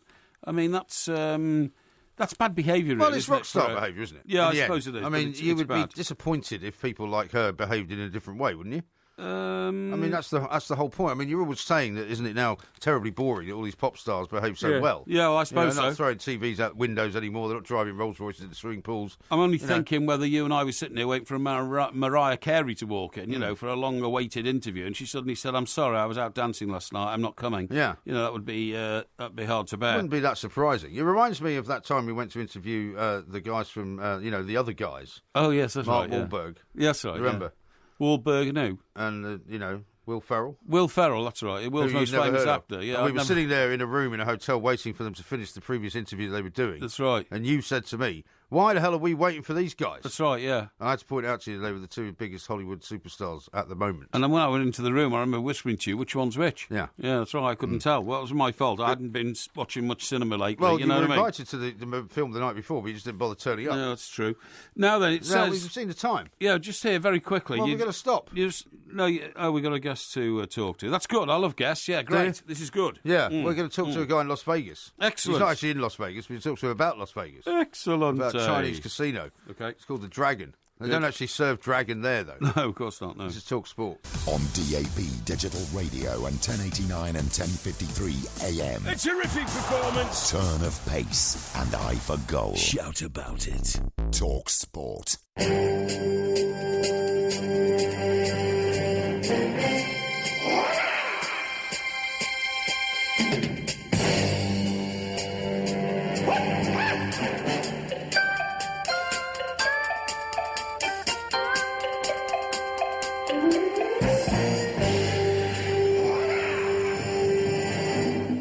Talk Sport, we are the Two Mics. I bet you don't recognise that song. You might do. It might be somewhere deep in your... Is it something to do with Bruce Lee and Enter the Dragon? It is. Yes, it's exactly you. that. Yeah, good. It is the theme song from Enter the Dragon. Is it? Yeah, well, there you go. Which I would never have known. Yeah, I would, because I've seen it a few times. I love that film. Yeah, it's great, yeah. I remember the bit where he was in the Hall of Mirrors. Yeah, that's right. Well, that was at the end, but all the way through, these collection of guys who are great at the martial arts.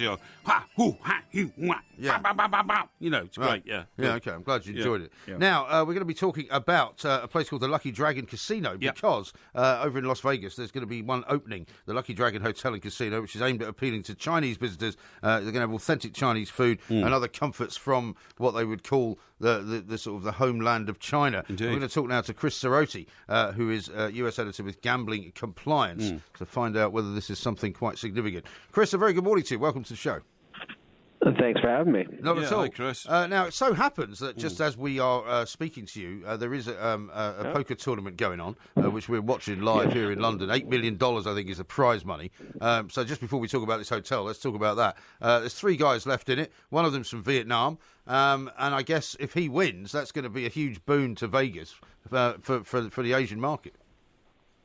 Well, I think it's just another somebody else winning the tournament. I think it'll help, but I don't think it'll be a boom. I think it's a great tournament every year. I mean, I love watching it, and I love being there in the audience following it. When I lived in Las Vegas for a number of years, it's just a great tournament. So we'll see who wins. Right now, I'm just following it on the local newspaper's Twitter feed. So I'm stuck here without my cable. You can't actually watch it. Oh dear. Well, I mean, so how long does it go on for? I mean, they'll be sitting there for a long time, I suppose. It all depends. I mean, they could go on all night, and they might stop it and come back again tomorrow.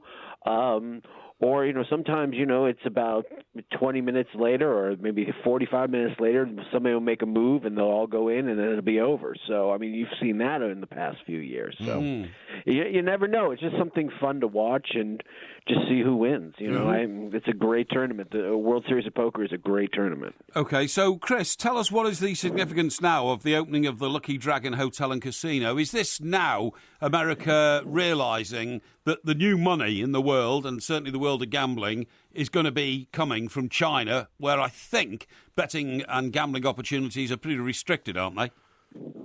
They are restricted, but I think it's also realizing that there's a huge Asian market in Los Angeles, San Francisco, Vancouver, that nobody really has gone after. You have a huge tourism industry. You have a new airline with direct flights from China to Las Vegas starting the day before the Lucky Dragon opens. Really? But this, they finally set that up. So, it's the growth market. And so this hotel, I mean, it's not your typical Las Vegas hotel. I think, I don't know, most people think of it as this huge casino that's like 100,000 square feet. And, you have lights everywhere and tables everywhere, where this is much smaller. It's on a nice little corner off the Strip. And it's meant to go after, there's a huge Asian population in Las Vegas that wants its own place to gamble. And again, go after the people in Los Angeles. I mean, when I lived in Los Angeles, one of the things I did was get up at 4 o'clock in the morning and get on one of those buses that goes out to the tribal casinos way out in the desert, and they meet in Koreatown, which is a part of Los Angeles. And they're hoping that some of these people that will stop going to the tribal casinos and come see them in Las Vegas. So, yes, they're looking for Chinese visitors from Asia. They want South Korean visitors, but there's mostly for the local market and the West Coast market, because it is a very small property. It's only 200 rooms, so it's not like some of these major strip hotels that you see. So, and how are those they're strip? Going after about. Oh, sorry, I was going to ask you, Chris. How are those strip hotels doing? Because I remember reading a few years ago that the sort of off season, if you like, which there never used to be an off season in Vegas. The business was not going as well as it used to. No, that's changed. I mean, I was just out there for a week, and it was packed. I mean, this is September. Mid-September, it was packed. Airports are busy. I'm headed out tomorrow again. And there is no off season. I mean, Christmas, Christmas, there are very few people in Vegas. But most of the time it's packed with tourists. I mean, there's 42 million people there a year now.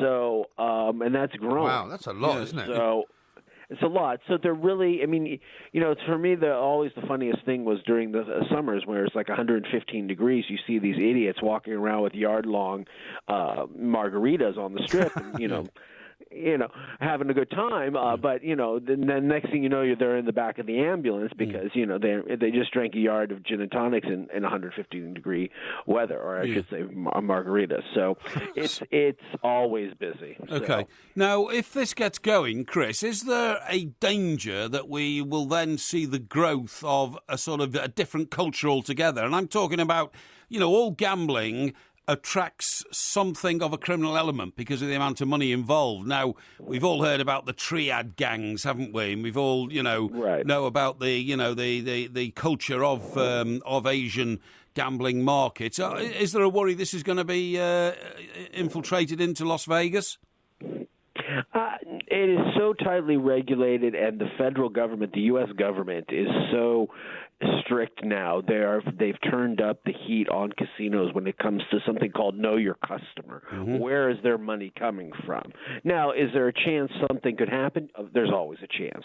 But these places now are so tightly regulated. Yeah. And they will say no to people. I mean, now that person might say, okay, fine, and go right down the street and be able to gamble their millions of dollars at a baccarat table or playing Pai Gow, some of the games. But, a lot of people now really know who the people are that are coming in with the money, and a lot of them are recruited. So their credit line, their credit line and their credit history. If they have a criminal record. All of this stuff is well known before the people walk in that door. Is it 100% foolproof? No. I mean, there's always things going on, and people miss things, but I don't think it's you're not setting up Vegas for like the old mob days. No, that's not happening ever again. No, because exactly. Wall Street, there's too much Wall Street money in Vegas, and I don't think that's going to ever happen again. So, right, I see. No. What about the likelihood of gambling being made legal in more states? Because people obviously in this country are always staggered to find that you can only really gamble in 2 states in America. I know there's obviously the reservations that you talked about that you can go reservations. to. But I mean, as far as like sort of places where maybe if Donald Trump became president, he might make it legal all over the country. No, there's a gambling now. It's the interesting thing is gambling now is in 40 states, a mix of commercial and tribal casinos. Right. You have Steve Wynn, the master of the Strip, and Macau, and he's building a $2 billion resort on a river in Massachusetts, right near Boston. They have casinos that were just approved today in New York, so it's everywhere these days. And the thing is, the argument is, are there too many casinos now? I mean, the next thing we want to do here is try and legalize sports betting, but that's been an uphill battle for a number of years. So, so it's not like going to an Arsenal game and being able to bet at halftime. Sure. So, and of course here we have an awful lot of offshore betting companies online and all that kind of thing. I mean, I presume you can access those, or is that not allowed either? No, it's not allowed. Well, it's illegal, but you can access. Yeah. I mean, I get emails all the time from these places saying, "Hey, come join us." Right. And you can access them. Yeah. Right. And what about Premier League football? Has Premier League football started getting a bit of a book in Vegas at all? A little bit. I think it's still a niche. It's still a niche. You have to like it to do it. You have to, I think it's never going to be as big as American football, the NFL, or college football. We have a huge thing here for college sports. But you know what? There is a group, and I think it does produce some things. I mean, I've lost many dollars on Arsenal games, so but that's just me. And well, you would have won some tonight if you'd taken the score at 2-0 down and to win 3-2. Yeah. Yeah, but I live in Washington, D.C., so I have to bet it illegally. So, I don't know what my bosses would say. I mean, I like to do it quietly and not talk about it on the radio. Well, listen, mate. You give us a call next time. We'll do it for you. We'll lay it for you here in this country. Sounds good to me. You don't want to encourage illegal gambling behaviour. Of course not. Because that wouldn't be sensible at all. No. As you say, luckily...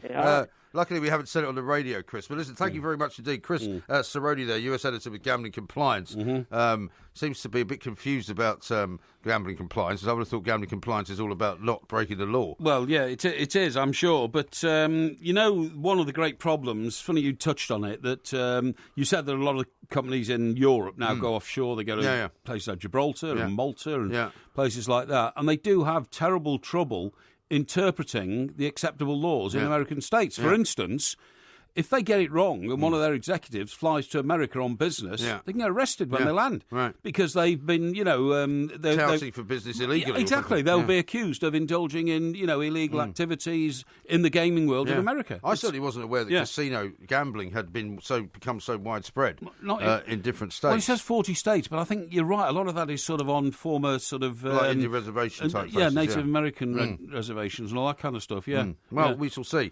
We'll have to go over there and find out, I guess. Steve Wynn thing sounds interesting, building it on a river in Massachusetts. The riverboat gambler. Well, yeah, because, Massachusetts to me has always been one of the more sort of liberal, but illiberal, if you see what I mean. They've always states. called it one of the blue states. Yeah. Like, for example, you couldn't buy alcohol on a Sunday. Exactly. In a liquor store, liquor stores are all right. closed. You can't really see a casino anytime soon sprouting up in Utah, can you?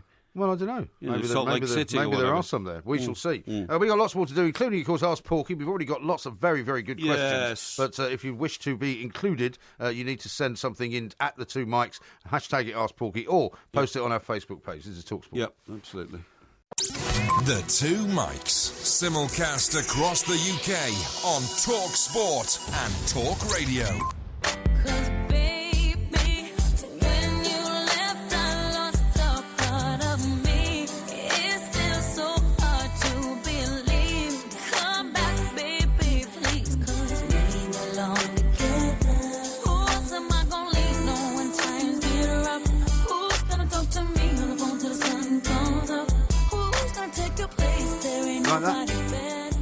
That's Mariah Carey.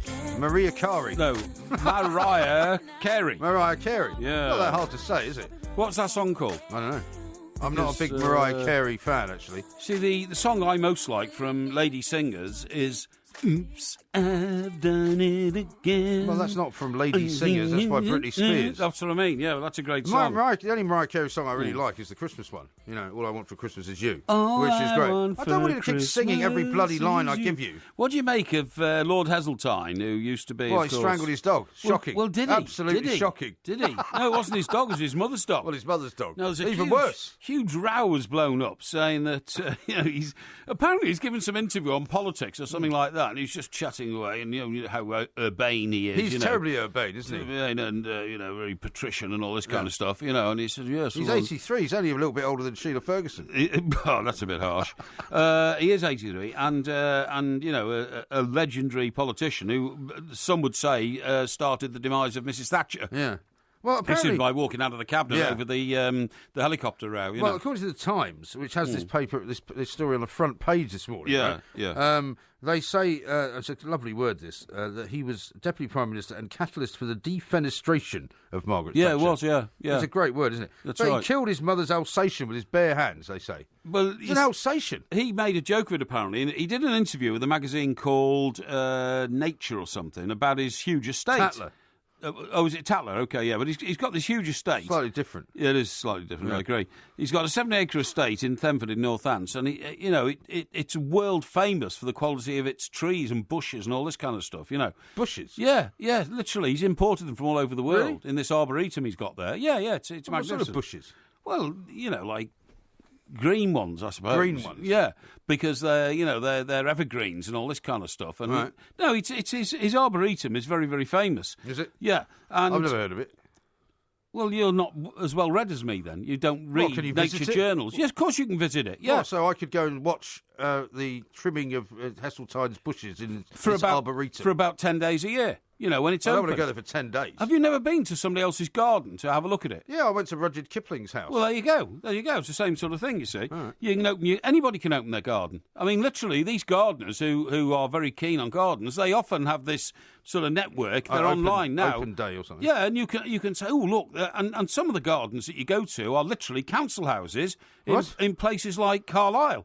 And so you go to a council house garden? Yes, yeah. In Carlisle? Yes, that's right, yeah. And you go around You'd have to have a pretty empty life to want to drive all that way Not really, because the people who have the council house in Carlisle might have lovingly tended the garden for like 40 years. It's a long way away from here, though. Yeah, I know, but if you lived in, somewhere... Keswick. Yeah, Keswick or somewhere up there, the Lake District, you might want to go there, Maybe I should open my garden up. Yeah, you could open up your roof garden. Of course I've got a garden. What do you mean? Oh, yeah, you've got a bit of a garden, I suppose. A bit of a garden? Yeah.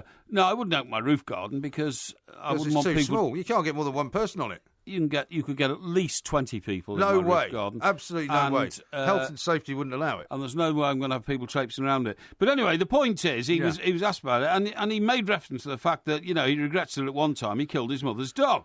And the story then sort of got a bit sort of twisted. And there's been allegations now that he actually quite rightly strangled it with his bare hands. But in fact, the most accurate account I've read is that the dog, which was an Alsatian, actually nipped his hand. You know what I mean? It sort of bit him. Yeah. But not seriously. It didn't break skin or anything. And so he got hold of its collar to sort of discipline it and say, don't do that again. And the dog suddenly collapsed and died. Well, you see, he's now issued a sort of clarification to that, right? Right. Because what he said was that he grabbed the choker of the dog. Yes. Right, which would presumably be like the collar. Yeah. And twisted it until the dog went limp. Yeah. Right? Which I suppose if a dog's attacking you, he's claiming the dog had some kind of breakdown. Yeah. And was behaving, irrationally and violently. What they're saying now is that it's possible that he could have basically knocked the dog out. Yeah. And that it didn't actually die. I got the impression he tried to hold it firmly, but the dog had a seizure and died. Well, a bit like your dog. Well, no, because the dog unfortunately died in the middle of the night when nobody was there. Right. There was nobody with poor Susie, my little puppy dog, in her final hours. I think, the authorities might need to be informed because apparently the RSPCA were called on this. I know, yeah. But they said we can't go that far back. Unbelievable. Retrospectively. Unbelievable, isn't Prosecutions in the past can't happen. Shocking. Well, yeah. I mean, but again, interestingly enough, of course, what happens is that those people who think of, people like Heseltine as horrible, nasty individuals who are mean to people. Sure. They try to make him out to be some dog killer. Yeah, they are, yeah. Right. But he's an incredibly wealthy man because what he did what's that going to do with killing his dog? Well, it's the reason why he's got this arboretum and 70 acres of land, and this huge sort of house. He came out of Oxbridge. I'm not sure. Well, he ran Oxford Haymarket Publications, didn't he? He founded it. He founded it, and they published some of the most famous magazines in this country. And he made a huge fortune, and then decided that he's not guilty. No. Decided he wanted to be Prime Minister. So he walked out of the Cabinet. I'm not saying he walked out because he wanted to be Prime Minister. He walked out, obviously, on a point of principle, because he objected to a helicopter deal, not going to the Wessex Helicopter Company down in the West Country. The Westland one. Westland, that's right, yeah. And was he also not involved in a mace incident? Well, the mace incident was when he leapt up in the House of Commons. He was on the front bench in opposition. I think Mrs Thatcher would just become leader of the Tory party. And he picked up the mace, which is a ceremonial mace, which sits on the... it sits on that table in the middle, doesn't it? Well, the dispatch box where the Prime Minister always leans on and talks. Well, the mace is in front of that. Yeah, on the sort of table. That's right. Yeah, and he picked it up and started waving it around, and he was disciplined, by the Speaker of the House and all that kind of stuff. But that showed his fiery temperament. But he was always the darling of the Tory Party conference because of his long, flowing gold locks and all that kind of stuff. He was the doyen of Middle England's lady Tories and all that kind of stuff, Yeah, exactly. So everybody thought he would accede to the crown, but in fact, when it came to it, he triggered the revolution that led to Mrs Thatcher's downfall, but missed out on the top job. But then he didn't get the job, as is often the case. It is. Well, look at Michael Gove. Absolutely. Look at Boris Johnson. Absolutely. In the wilderness. Yeah. Quite a few people are pointing out that the hotel you were talking about earlier was the Lanesborough. The Lanesborough, that's right, It's on Hyde Park Corner, not Speaker's Corner, says Dave. Oh, I said Hyde Park Corner. And then he calls you a ginger nugget. Oh, that's very nice, isn't it? Thanks very much indeed. I said Hyde Park Corner. I don't know, people get... Well, you said it was the top of Park Lane. Yeah, it is top of Park Lane. That's not Hyde Park Corner. Well, I mean... No, it's not. Hyde Park Corner, top of Hyde Park Lane is the Marble Arch. It is. It's not Hyde Park Corner. Yeah, but it's only to the left there. People are so pedantic, No, it's honestly. not. It's a completely different place. Mad. It's nowhere near Park. It's nowhere near Park Lane. It's the opposite end of Park Lane is Hyde Park Corner. Yeah, the south end. I don't know what you're worrying about. Well, it's very obvious. Speaker's Corner. You get on my nerves, actually. Speaker's Corner is at the north end of Park Lane. Yes, right? Yes. And Hyde Park Corner is at the south end. Yes, that's right. Yes, you're two completely different places. It's absolutely right. Actually, How about this from Michael, who says, "I'm really looking forward to Liverpool. Are the shirts for sale, and are you signing them?" And the answer to that is yes, right? Funnily enough, yes and yes. And funnily enough, we dispatched a box full of T-shirts and videos and all sorts of things to Liverpool today. So there you go. So it's a very timely question. And the answer is yes. Now then, it says here... Joshua, have you seen Joshua's? What's Joshua say? I've heard and seen it all now. I've just heard Porky singing Britney Spears' Oops, I Did It Again. Yeah. # kill me now. That's a bit harsh, isn't it? You know, all I was trying to illustrate was the song. Well, wait till you see him dressed up as Britney Spears. Maybe we'll do a video. No, I won't be dressed up as Britney Spears. Don't worry about that. It says here, by the way, about Liverpool, have you ever had to throw a heckler out to one of your shows? If not, how would you handle it? Well, the answer to that is yes. Dave, sitting behind the glass there, had to stop the guy from assaulting me at That's Dingwalls. right, they did, yeah, that's right. Because for some reason the security was so useless. Yes. They didn't, not only they told this guy to stop heckling, and then walked away from him. That's right, yeah. Instead of waiting to see what he would do next. Because what he did next was he then launched himself at the stage. I didn't see him. Like a Fortunately, madman. Dave actually stopped him. Yeah, he did. And he got covered in beer for his for his trouble. But another one. So we're going to have some slightly better security at Liverpool, I think. That's right, yeah. But another one. Wasn't some bloke trying to use some stick from about, halfway down the auditorium? Didn't I have to tell him just to get off? That was in Edinburgh, yeah. Was that in Edinburgh, was it? Well, normally when people start heckling, the rest of the audience just turns on them. That's right, yeah. But do you remember, there was a guy in Glasgow last year, when we're going back to do in December. That's right. And he just kept shouting, "Answer the question!" It was kind of, to you. And there wasn't a question. It was a sort of bizarre interlude of... it was just answer the question, and everyone was going, what the hell are you talking about? What question? Yeah, Shut up. What is the question? Yeah. That's right, yeah. Yeah. I remember all that. Anyway, we are very much looking forward to Liverpool. We should see you all there on Friday night. I mean, the point is, it's not through bladderisation, but it's hard to remember what goes on in those shows when you come off stage, because it's all been whoosh, isn't it, really? Well, that's your story. No, a concentration factor, I mean. Exactly. This is Talk Sport. This is Talk Sport. We are the Two Mics. There will be a podcast coming out a little bit later on. There is, of course, a live podcast of our Edinburgh show that you can get your hands on Vimeo. You can find a link for that on the Two Mics Twitter as well. And also you can find that on our Facebook page. Now, Becky from New Zealand, who's a frequent contributor to this show, has just sent a very interesting story about Glamour magazine's Woman of the Year list, right? She says she's surprised that you haven't made it on there because, for the first time, they've named a man on the Women of the Year list. And who is it? It's Bono. Bono? So he's on what list? He's on Glamour magazine's Women of the Year list. So why have they put a man in it? Well, they've said basically that it seems a bit anachronistic for them to do a Woman of the Year list without including men, because it seems as though, it's a little bit sexist, I suppose, is what they're saying. Well, and so they've now decided to include men as well. Well, I'm sorry, but that's completely lost its focus and its point. If it's a Woman of the Year list, it should include women only. And if it's a Man of the Year list, it should include men only, because that's the way that political magazines do it. Man of the Year. Sometimes it's Obama, or sometimes it's, Well, Time magazine have Person of the Year now, though. It's not Man or Woman of the Year. Yeah, well, that's what I mean. You call it Person of the Year, you can. But if you call it Woman of the Year, you shouldn't have men in it, really, in my view. Cindy Leave is the editor-in-chief of Glamour magazine. Yes. She said it started to seem like it might be an outdated way of looking at things, and there are so many men who really are doing wonderful things for women these days. Some men get it, and Bono is one of those guys. Well, I mean, what is he supposed to have done, actually? Does well, it he say, apparently wore he's described as talking the talk, but he also wore a feminist T-shirt.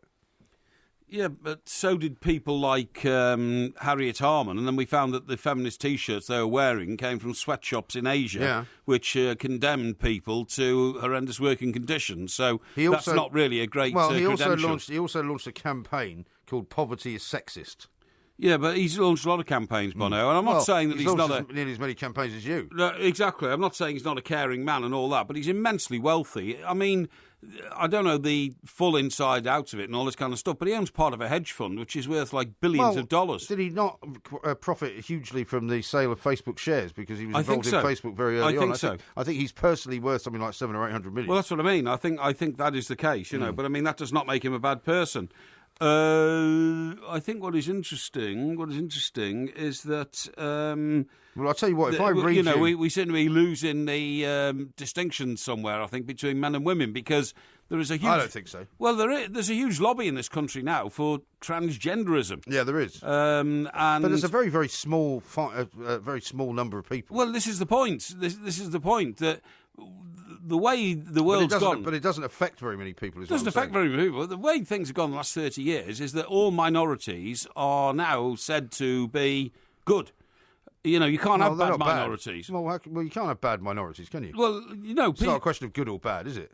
What I'm saying is, if a particular protest group is a minority, then according to the liberal left, these people are maligned, put upon, not given, the same rights in society as everybody else. So you've got to over-promote them beyond the rest of society. Uh-huh. Do you know what I mean? Yeah. Positive discrimination is good. That's been going on for a while. Exactly. And But I don't think positive discrimination is a bad thing. Well, I think it's a bad thing. I think as long as it's balanced. I think it's a bad thing if it disadvantages everybody else who's around at the same time. You know what I mean? It's starting to sound a bit like Donald Trump. No, I'm not. I'm just saying I want people to be, treated fairly all over the place. For instance, if I asked you, for example, who some of these other women are on the Woman of the Year list, I don't think you'd know who they are. Go on. Simone Biles. Simone Biles? Yeah. She's a businesswoman. No, she's not. She's a gymnast. Oh, gymnast, yeah. Okay. Gwen Stefani. Gwen Stefani is an author. No, she's a rock star. Oh, she's a rock star. Zendaya. Yeah. She's a Bulgarian philosopher. No, she's a model. Emily Doe. Emily Doe? Yeah. Emily Doe is a child care expert, American. No, incorrect. Oh. Those are the only women of the year that are on the list with Bono that I can find. Right. And you don't know who any of them are. Well, did you? I knew. I didn't know a couple of them. I knew. I'd say I knew half of them. Rubbish. Well, I knew who Gwen Stefani was. Yeah.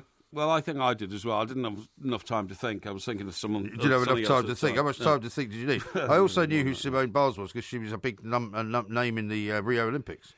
Was she? Yeah. What event did she run? She was gymnastics. I told you. Gymnastics. Okay. She didn't run. Yeah. Okay. Well, she did a bit of running when she did a floor exercise. Yeah, that's so much. That's what you said. Anyway, it's good to know that you've got your finger on the pulse. I have got my finger on the pulse. Yeah. Now we were talking about the situation in Las Vegas. Okay. Yes. And we've got a mate, of course, in New York, Peter the Pieman, who's got a restaurant stroke. Well, it's a shop. Shop, It's not a restaurant. All things.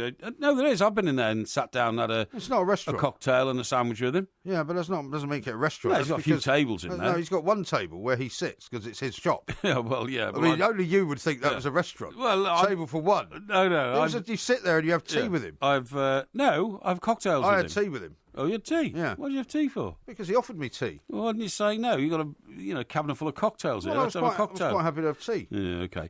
Anyway, what I'm saying is, remember I was campaigning on some weeks ago about the fact that pubs now in central London are being closed down. Yes. Because the land upon which they're built is far more valuable for building blocks of penthouse flats, which cost a few million quid each. Yes. Instead of, people passing by and buying beer at £4.50 a pint, which is about what it costs in that part of the world. Yes. Anyway, same thing's happening in New York. The diners of New York are being served some bitter news. Their city may no longer be the food capital of America. Dizzying rent rises, designed to force them off the premises, off the property, have been blamed for closing a number of restaurants this year and forcing adventurous, acclaimed chefs into exile and leaving New York for cities such as Chicago and Minneapolis. Well, I think I might have told you the story of my daughter's fiancé, yes, who ran a restaurant in the West Village. Right, yeah. And that was a very successful restaurant, beautiful food, very nice. And the landlord basically didn't want them to stay there, was trying to force them out, kept trying to get them to break the lease. What did he want to do with the property? Well, he wanted to sell it. Yeah, that's but exactly. Guess what he did? Because they continued to operate because they had a lease, and they said, we're not breaking the lease, you're going to have to keep us here until the lease is up. He erected a whole load of scaffolding around the outside of the building, which meant that nobody could see the restaurant, nobody could see the name of the restaurant, nobody could see inside the restaurant without actually going right up to it. Yeah. So you wouldn't know it was there. Right. So he basically tried to put them out of business. Yeah. And then eventually, now that they're now living here, the restaurant's been closed down because the lease ran out. Right, I see. And the guy sold the building. Well, he will sell it, and it'll turn into blocks of flats because that's what happens to valuable real estate, and Manhattan is some of the most valuable real estate in the world. Yeah.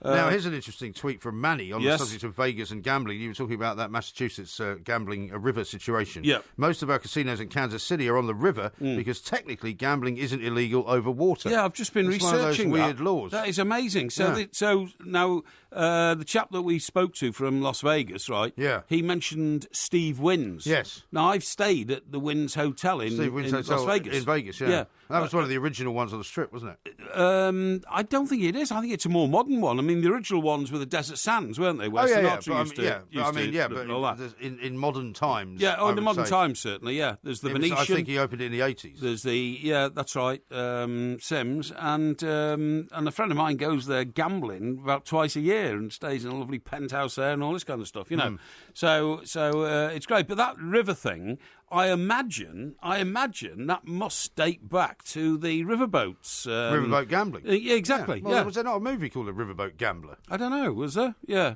But have you ever been on one of those down in Mississippi? No. Fantastic. No. Utterly. I mean, the replica, with the old paddles. That's paddles at the back and all that kind of stuff. Utterly fantastic. Yeah, I'm sure it is. Yeah. I'm sure it is. Yeah. Now, here's a strange tweet from Nigel, right, who says he's trying to book a ticket for our show in Cardiff. Oh, yes. And he's not able to do it. Our show in where? In Cardiff.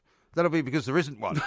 There is no show in Cardiff, Nigel. I don't know where you got that idea. We're doing Liverpool on Friday, and then we're doing Glasgow December the 17th. That's right. We did Cardiff back in, May or something? March? No, I think it was May. Was it May? March? May? Or something April, like that. Yeah, might be something April. like that. Very nice, actually. It Cardiff was good. Crowd, they're good people. The tram shed we did, but we're not doing one now, very Nigel, so don't look for that because you won't find it. No, that's very odd indeed. Sorry about that. Anyway, coming up very soon, we've got the Ask Porky advice section. Indeed. We've got lots of good questions. If you want to get any extra in, you know what to do. Tweet us at the Two Mics. Do it on Facebook as well. This is Talk Sport. Yeah. The Two Mics, simulcast across the UK on Talk Sport and Talk Radio.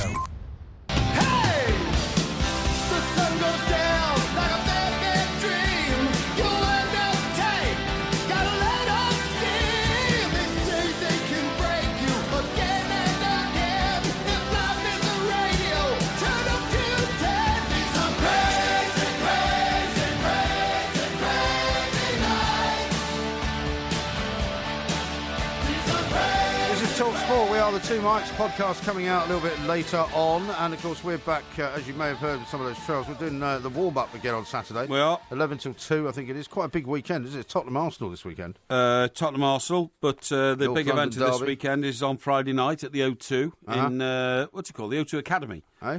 Is it the O2 Academy? It's the O2 Academy, yeah, not the O2 Arena. Yeah, what's the difference then? Well, the Arena, if there was such a thing, would be considered a much bigger place. I mean, like the O2... in London, is just known as the O2. That's right, because it's massive. But you might call it an arena because it's quite a big place. Yeah, That's where I saw you two at the O2. You get 20,000 people in there. Yeah, something like that. Yeah. Whereas the Academy is a series. There's a series of them. There's one in Brixton. There's one in Brixton. Is there? An O2 Academy. They're smaller venues. They're still quite big venues. Oh, they're big. But they're hundreds rather than thousands. Oh yeah. You know. Yeah, until we get there, and then they swell the numbers and get sold out and people start rioting and all this kind of stuff. Well, let's hope not. Yeah, well, that's right, yeah. Well, they might do in my case. They might do. Now, I've got something to ask you about here. Oh, yes. Because earlier on in the day, I received a tweet from someone from Portsmouth. Okay. Okay, and it was in lieu of the Halloween scenario, and it was supposedly the most haunted places in Portsmouth. Portsmouth's spookiest sites. Oh, yes. And I just wanted to know if you knew any of them. Oh, right, go on. But unfortunately now, I haven't been able to...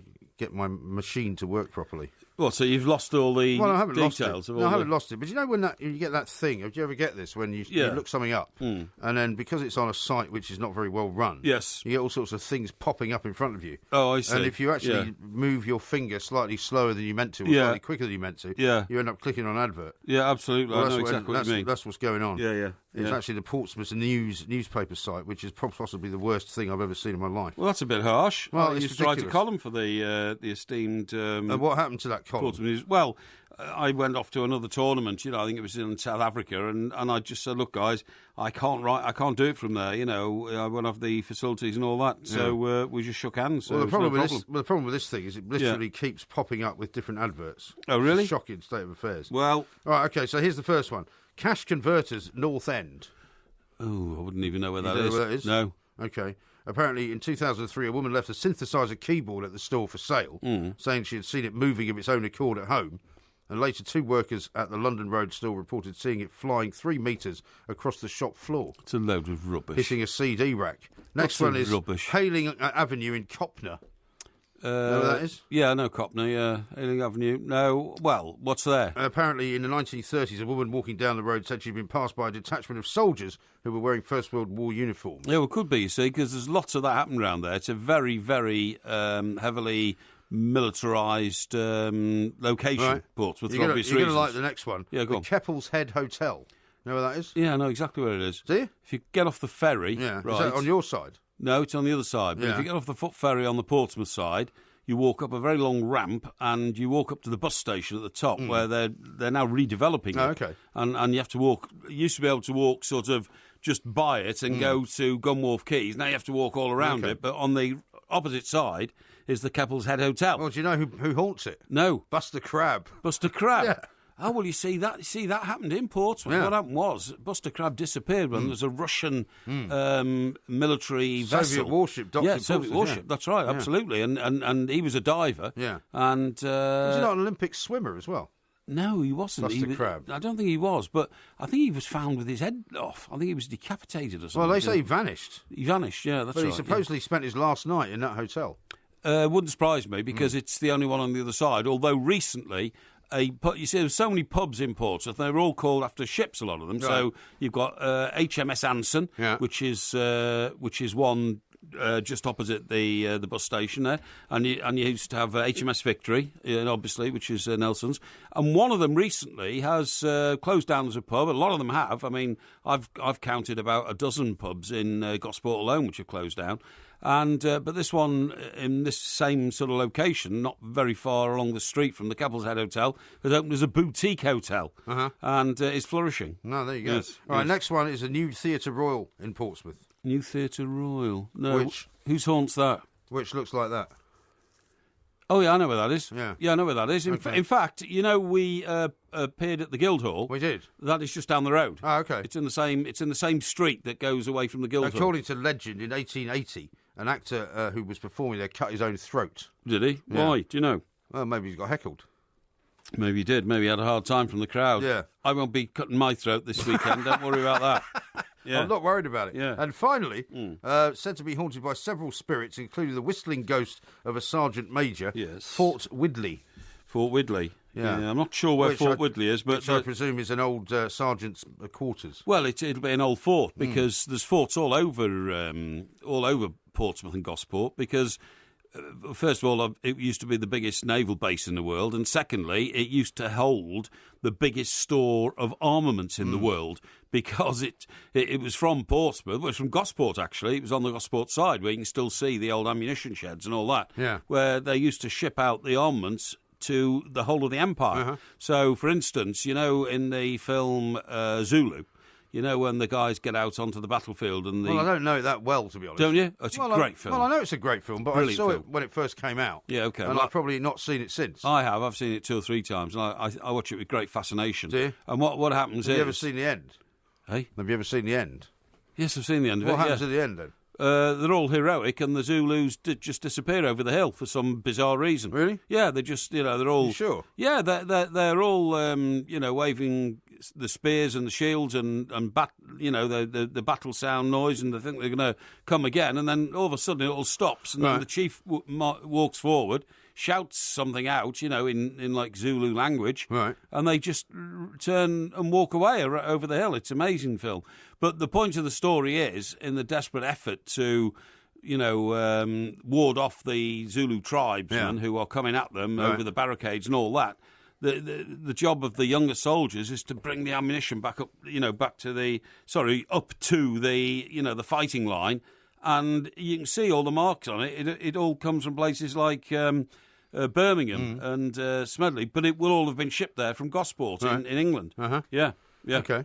Yeah, it's good. It's fascinating Is it? stuff. Yeah. It says here the film ends with another narration by Richard Burton, listing the 11 defenders who received the Victoria Cross for the defence of Rorke's Drift. Yes, that's right. The most awarded to a regiment in a single action. Exactly. Up to that time. Exactly. That's what it's all about. Yes, it was very good. The British are astonished when the Zulus instead sing a song to honour the bravery of the defenders before departing. Yeah, well, I said that, didn't I? You didn't say that. I did. You said they stopped for no reason. Yeah, that's right. Well, You didn't say anything about singing a song. They did stop for no reason, and then, as I said, the old chief gave them a soliloquy, and then they sung a bit of a song, and then they turned around and went off back to the Oops, I did it again. bladderation celebrations that you always go to after battle. Rob says Buster Crabbe was an Olympic swimmer, so I got that right. Oh, was he? Yeah.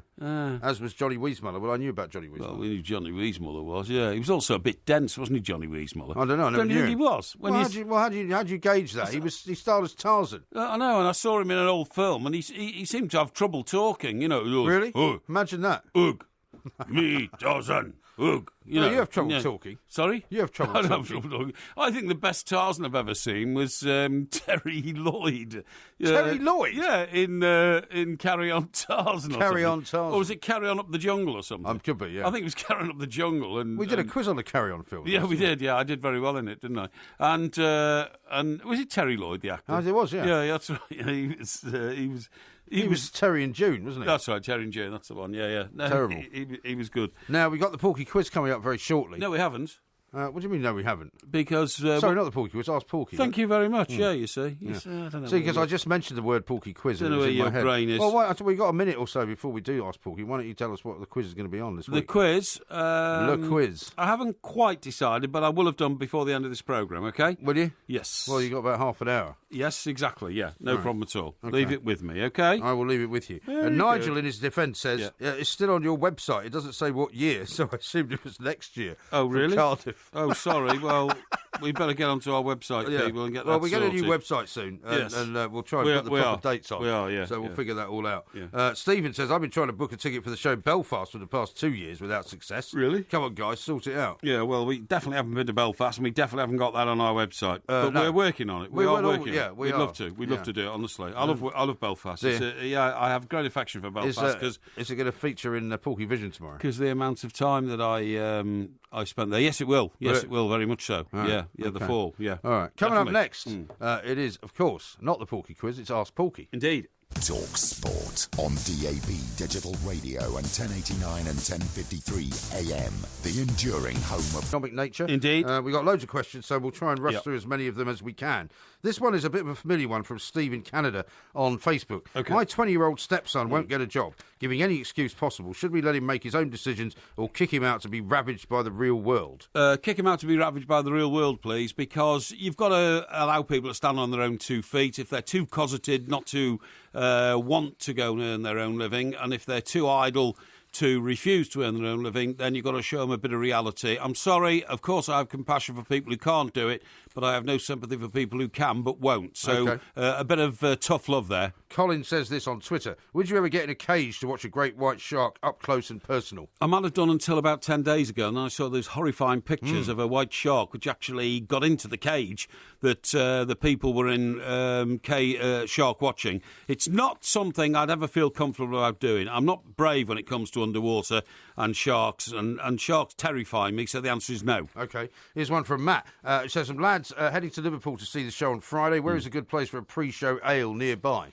Well, it's just behind Lime Street, in a way, the O2 Arena, and, it's a couple of blocks away and all that, and there's terrific stuff around there. There is a pub there called the Philharmonic, which is said to be one of the most beautiful pubs in the world because of the interior decorations. Is it all sort of mirrors and it's Edwardian stuff? It's sort of mosaics and mirrors and Edwardian stuff and fine porcelain and all that kind of stuff. Right. A great place to go, but there are so many good places on Lime Street, off Lime Street in Liverpool that you've only got to walk, honestly, 50 yards and you'll find somewhere really good. OK. Lee says, what would you wear if the blue shirt were never invented? If the blue shirt had never been invented, I would wear whatever was up with fashion. But, I mean, I know people deride me for saying every shirt I have is blue, but that's the colour that suits me. My furnishings at my home are blue. A lot of my clothes are blue. My suits are black, and that contrasts with blue and white shirts. And it just suits me. Red doesn't, and blue does, so I was lucky to be an Evertonian. Chris says this, my friend Ross has an old VW Golf jalopy, a real rust bucket. Should I do him a favour and anonymously drive into it in the night to write it off, or risk my life continuing to get a lift in the death trap, not to mention the pure embarrassment? Well, you can't advocate anything criminal, because that's not the way that a civilised society runs. However, if you're driving down a rust bucket, the one fear I always had as a kid, when I couldn't afford a proper car, it would break down, and if it broke down, I wouldn't be able to afford to get somebody to come and repair it and tow it away. I always felt much better when I changed my economic structure to get a decent car, even though it cost me more. But the self-confidence you have then that your car's not going to break down is worth the extra few £1,000. Simon says this, my wife has disposed of my outdoor slippers and replaced them with a pair of communal Crocs. What should I do? Well, I think that's not a bad idea. I mean, look, I know... Communal Crocs? Yeah. Oh, you would share communal Crocs? Oh, I'm sorry, communal. I thought communal was some sort of special design. No, I think you mean communal sharing with means... other people? I think so, yeah. So there's a pair of Crocs at the door, and you just slip your feet straight into them and all that. Well, I think that's what they mean. That's down to your family arrangement. I mean, the point is, you're not going to catch a disease off your family, are you? Hopefully but not. if you were, in the unfortunate situation of living in a shared house or something like that, that would be the most filthy pursuit I can think of. However, if your wife says communal crocs are the thing, you've got to go with the domestic decision that she's made. I just don't know why everybody can't have their own pair of outdoor shoes. No, maybe they haven't got room to put them all. Yeah, exactly. Here's one from David. Who was the last world-class player that suited up for Everton? Or is there one playing for them now? I'm not quite sure what that question means. Dixie Dean is the greatest English goalscorer of all time, and he played for Everton. Alan Ball played for Everton, and he won the World Cup. He was the youngest player and man of the match in 1966. So we have had a few of the world's best players. Right now, of course, it would be silly of me to claim that we have a world-class player in the team, but hopefully that's where we're heading. OK. Here's one from Liz, who says, my pet orangutan called Porky is struggling with toilet training and beard grooming. Any top tips? Don't like to get into that. It sounds a little bit smutty to me. All I would say is that I am an animal lover, and if I had an animal, I would treat it the way a vet would tell me to treat it, and that's what you should do with the orangutan. Stephen says this, the suspect nurse in The Fall didn't even make the credits for the final 2 episodes. Has Porky's intuition finally deserted him? No. Because you said that you thought she was going to be revealed as some kind of I thought she was. killer or something. I thought she was. I thought she was either going to kill him or she was going to rescue him from hospital, but it took a few twists and turns, The Fall. I don't want to say anything more about it because it will form part of the Porky TV review tomorrow. Craig says this, Porky, our best player at our kids' football team, has avoided training for the last month. Should we drop him or warn him at the weekend? Well, first of all, you want to find out what his attitude to it all is. If he thinks he's too good to be training, you drop him. But, however, he might be a young kid with some sort of psychological problem and doesn't want to play with other boys or something like that, in which case you must spend some time finding out how to help the young man. Very good. Here's one from White Gooner. What did you think of Mesut Ozil's goal tonight? Yeah, I thought it was pretty good. But, pretty good? Yeah, I thought it was pretty good. That's all? Yeah, well, no, it was very good, obviously. But having said that, I don't salivate over the goals scored by people who are not members of the team that I support. I mean, of course, you have an appreciation for them, but the only people who will really, truly appreciate that goal and, to use the word again, salivate over it are Arsenal fans. Good luck to you. Here's one from Philip, which is interesting. You may or may not wish to answer it. What were your first impressions of old MG, which presumably goes back to Costello's? Oh, I don't know. We were probably both very blood-rated at the time. Everybody was in New York in those days, so I would have found him an engaging young man. Got to remember that almost everybody else who worked in that profession with us in those days was at least 10 years older than us, so we kind of naturally, gravitated towards each other. Absolutely right. How about this one from Pierre? Dear Porky, have you ever been to Ascot? Is it a nice place to live, considering moving there to settle down with my wife and baby? Yeah, well, I've been to Ascot. I've been to the, the Royal Meeting at Ascot and all that kind of stuff. The Ascot housing situation is utterly remarkable. I mean, I've been in a car sometimes and we've taken a shortcut to get out of Ascot, after the races, and we've gone down some roads which I can only describe as being the nearest thing I've seen to them are Pacific Palisades, magnificent villas. Well, I mean, if Pierre's thinking of moving there, he better have plenty of money. I was going to say, you'd need, I would say, a minimum of 10 million quid to afford a decent sort of house in Ascot within a mile of the racecourse. Yeah. Here's one from Pete. What's the worst score you've ever given yourself for a day, and why? Probably about 2 out of 10. Day? Sorry? Day, I said. 2 out of 10's a bad one. Yeah, and it would have been a day on which, I just completely failed in everything I'd done. It does happen. You have some bleak days, but hopefully in my life I've won a lot more days than I've lost, which means you're still going. David says this, each week after playing darts at my local, should I go home to the wife or carry on getting bladderated on a lock-in? Well, that depends exactly what's happened in the hours previous to the pub closing. Now, if you've had a great night and you've won a percentage of your darts games or for your darts team, whatever you're doing, there's no reason why you shouldn't extend the night to enjoy the glow of that success. However, I find it odd when people say, should I stay in the pub or go home? Because that questions, really, what your relationship with your wife is like, and I think you should get that straightened out. Now, this is one that many people won't understand, but you will. Stephen says, hi, Porky. As a property investor, do you think it's a good idea to concentrate a portfolio in an area of 1 square mile? No, definitely not. I'm afraid that would be a disaster because if anything happens to that 1 square mile, it becomes unfashionable, or you suddenly find that properties within the same road have got subsidence problems, or you might even find that a lot of properties around yours have suddenly been sold to unscrupulous landlords who are cramming, poor, unfortunate immigrants into this country, into box rooms and all that, and it just destroys the value of your homes. No, a property I have in which I've invested are sometimes hundreds of miles apart. OK. Darren says, Porky, I've just broken my leg and will be in a boot for a few months. Yeah. How do I avoid going mad? That's quite simple, really, because what you have to do is you have to get yourself sorted with transport facilities which suit what you've got, i.e., if you've never been on a bus, get on a bus, right? And obviously, if you've never been on a train, get on a train. But if you're in that position, you've got to use your resources to get around. So you need to be able to hire cars to take you where you want to go. And by that I mean, private hire. You might not be able to afford that. Well, you'll have to find a way and stop spending money on booze because you're invalided. But what if you take the car to a pub? You can do that, as long as you can afford both. That's not a problem at all. Yeah. Lyle says this, Porkmeister, I'm about to have a son and would be most honoured to get your blessing in naming him Mike, Porky, Plank, Parry, Aston. Mm-hmm. Do we have the royal blessing? You definitely have the royal blessing, no problem at all. That's a long name, though, but I would take it as a privilege, yes. What, including the word plank? Yes, including the word plank, yes. OK. Yeah. Here's one from Charlie. If you had one final 3-course meal, what would it be and why?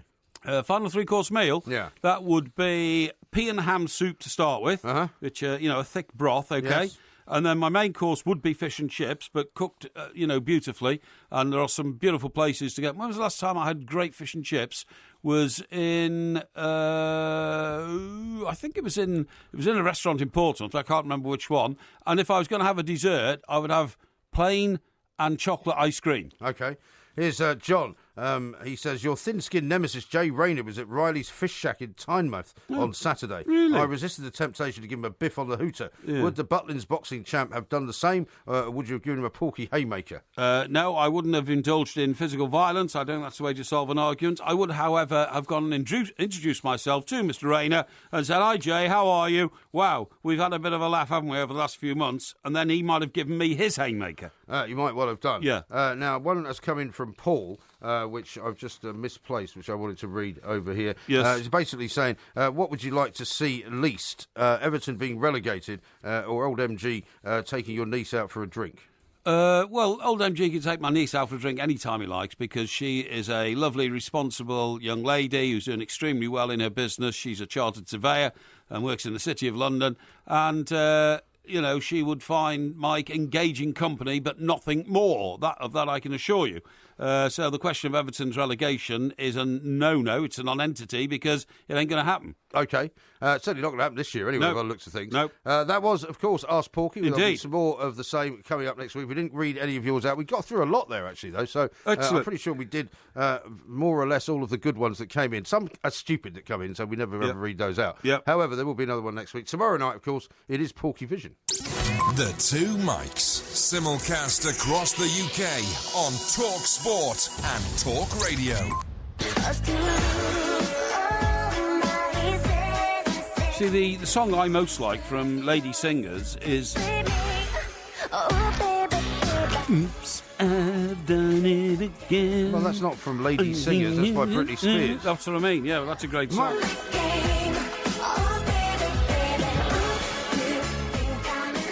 That's a nice song to come towards the end of the show with. I think it is. It's a great song. I Oops, like I that. Did It Again. Oops, I Did It Again. I remember I saw the video on Top of the Pops, and she was like just moving around in this red sort of cat suit. You know what I mean? Yeah. Yeah. That was the height of her fame, really, wasn't it? And that was it. Well, I don't know. Downhill ever since, hasn't it? Well, not really. I mean, she's had a couple of difficult times. That's what I'm saying, might say, through her life. Yeah. But yeah. I mean, she's back. I mean, she's back doing the round. She's doing another tour. Yeah. And she's quite a bit older now. Yeah. Okay. Yeah. But I think she had about 4 or 5 big hits. Did she? What were the others then? Well, there was Oops, I Did It Again. Yeah. I can't remember what the others were called. But well, that's what I mean. They made a huge impression Hit Me Baby upon One you More Time was one of them. Hit Me Baby One More Time. Was that the one? That was one, yeah. Yeah, that wasn't a very good song. Now, what's all this drivel you're telling me about 2 Buster Crabs? Well, I got a text here from Ed in Enfield. Yes. Who says, hi, the Two Mics, there were 2 Buster Crabs. Yeah. Which I couldn't believe, right? One was the actor, and the other was the naval diver, who got his nickname from the actor. Well, hang on. Who's the swimmer? So the Olympic swimmer, right, is a guy called Buster Crabbe, whose actual real name was Clarence Lyndon Crabbe II. Right. He was an American two-time Olympic swimmer and movie actor. Right. Right. Yeah. He won the 1932 Olympic gold medal, 400 metres freestyle swimming. Right. And then broke into acting. Right. Now, the other one, who was the one I was talking about, who apparently haunts this hotel in Portsmouth, was actually called Lionel Kenneth Philip Crabbe, known as Buster Crabbe, who was a British Navy frogman. That's right. An MI6 diver. And whose body was found decapitated, I think it was weeks after a Russian Navy vessel had visited Portsmouth. But how bizarre that there would be two people with such an unusual name. Well, no, because one acquired the name of the other. I mean, look, but I mean, how many other situations where two people have been in the news like that could you name? I couldn't name any. No, but I think the confusion here, Mike, is that because Buster Crabbe was a diver, and there was a Buster Crabbe who was a swimmer, people are assuming the diver must be the swimmer who graduated from swimming to diving. I assumed that. Yeah, exactly. But in fact, it's the other way around. Who was the famous G.I. Joe guy who became one of Hollywood's most famous actors, after the war? I don't know. Oh, you do? A little fellow with, used to play cowboys and Indians all the time. No. Yeah, Murphy, he won a Purple Heart, didn't he? And all Did this. he? He's one of America's most decorated soldiers. Yeah. And on the back of that, he had a Hollywood career. Audie Murphy. Audie Murphy? Audie Murphy. No. Yeah, he was. Well, he might have been. I don't know. I don't remember. But anyway, so what I'm saying is, the Buster Crabbe you're talking about, old Crabbe the Third, well, American. The only Buster Crabbe I knew was the American swimmer. I didn't know about the diver. Oh, I knew about the diver because the Russians killed him because he went down to examine the hull of the Russian ship to find out if they had any sort of secret, way. So he was operating as a spy. Well, not really, because it was in this country. Well, but he was operating as a spy. He was examning the Russian ship. He was working for MI6 in Portsmouth Harbour. Yes, he was. Yeah, he was. Right. He was a James Bond type character. Well, he wasn't very good at it, was he? And they think that two Russian divers came out of a secret sort of compartment in the ship. And secret compartment of the ship? No, that's right, What do you mean, the ship?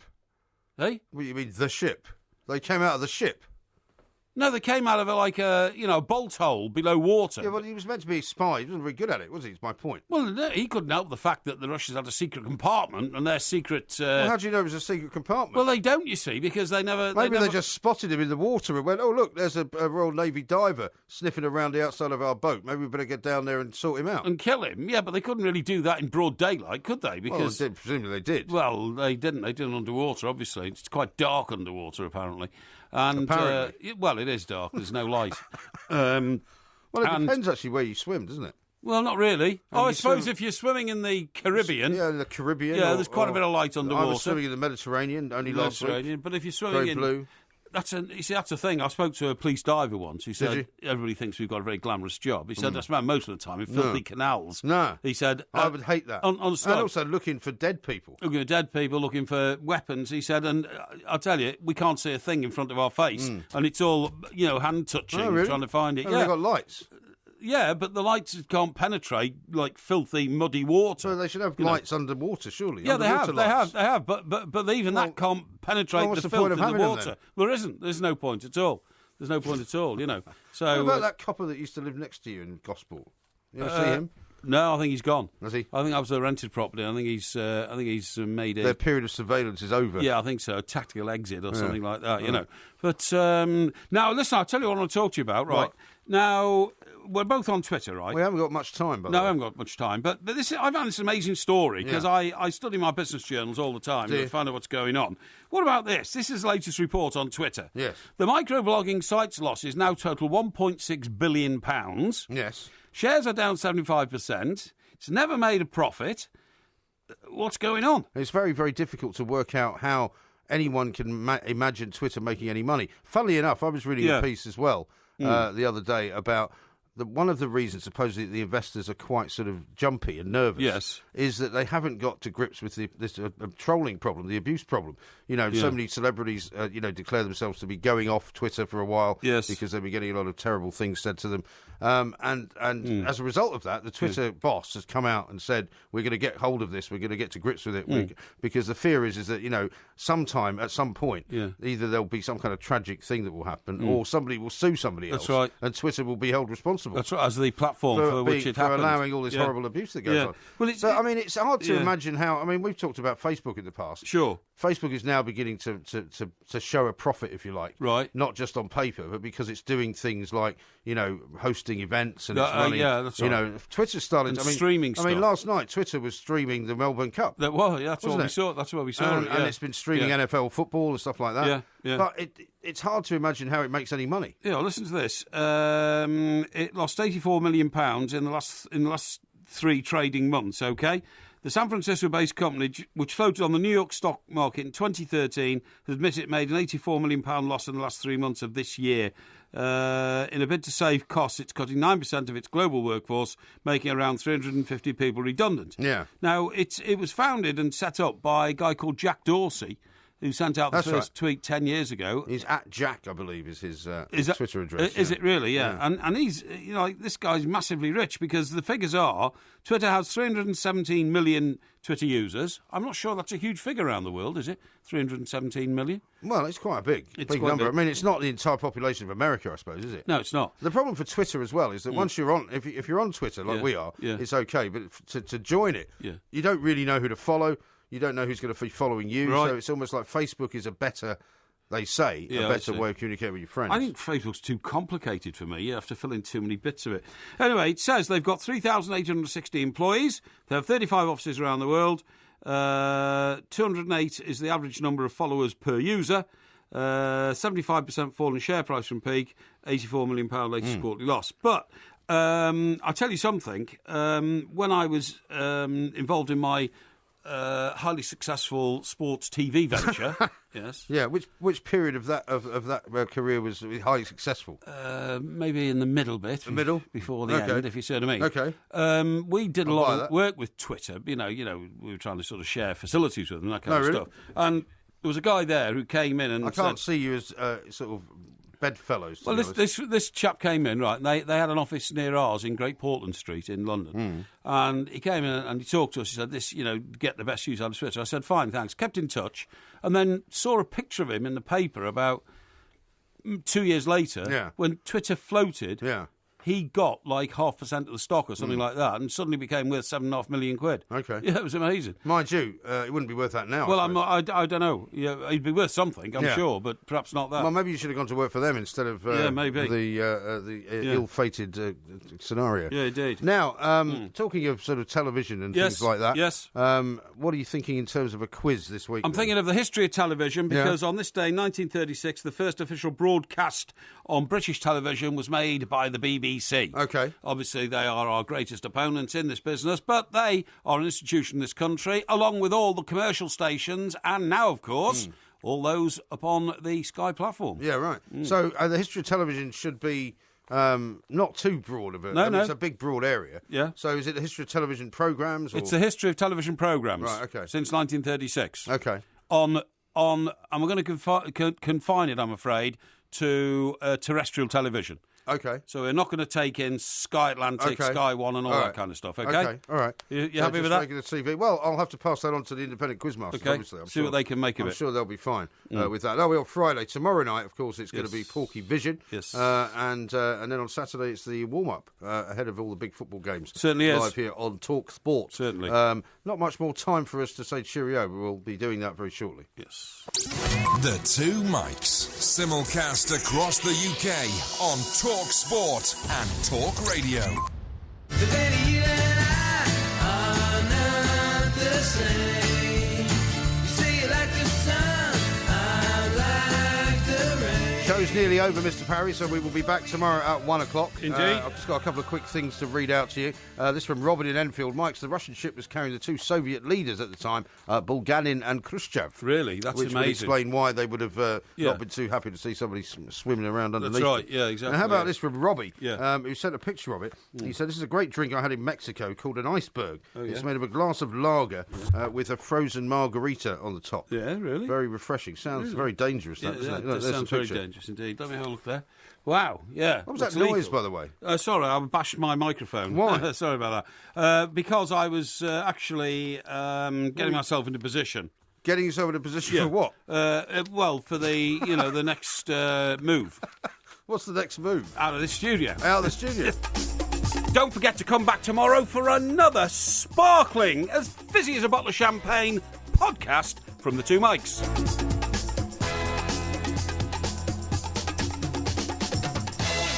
You've never been to Iceland? You've never been to Iceland? I have been to Iceland. No, you haven't. Yeah, I have. No, you haven't. It's quite dark underwater, apparently. And, well, it is dark. There's no light.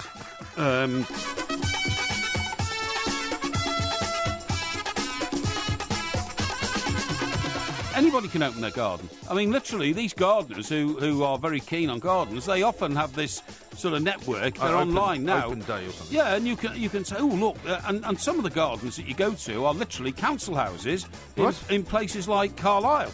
And you go to a council house garden. Yes, yeah. In Carlisle. Yes, that's right. Yeah, and you go around the. You'd have to have a pretty empty life to want to drive all that way. Not really, because the people who have the council house in Carlisle might have lovingly tended the garden for like 40 a long years. way away from here, though. Yeah, I know, but if you lived in, like, somewhere... Keswick. Yeah, Keswick or somewhere up there, Lake District, you might want to go there, Maybe I should open my garden up. You could open up your roof garden. Of course I've got a garden. What do you mean? Oh, yeah, you've got a bit of a garden, I suppose. A bit of a garden? Yeah. No, I wouldn't open my roof garden because I wouldn't want too people... small. You can't get more than one person on it. You could get at least 20 people No in my way. roof garden. Absolutely no way. Health and safety wouldn't allow it. And there's no way I'm going to have people traipsing around it. It's made of a glass of lager with a frozen margarita on the top. Yeah, really? Very refreshing. Sounds very dangerous, that, doesn't it? That sounds very dangerous indeed. Let me have a look there. Wow, yeah. What was that noise, by the way?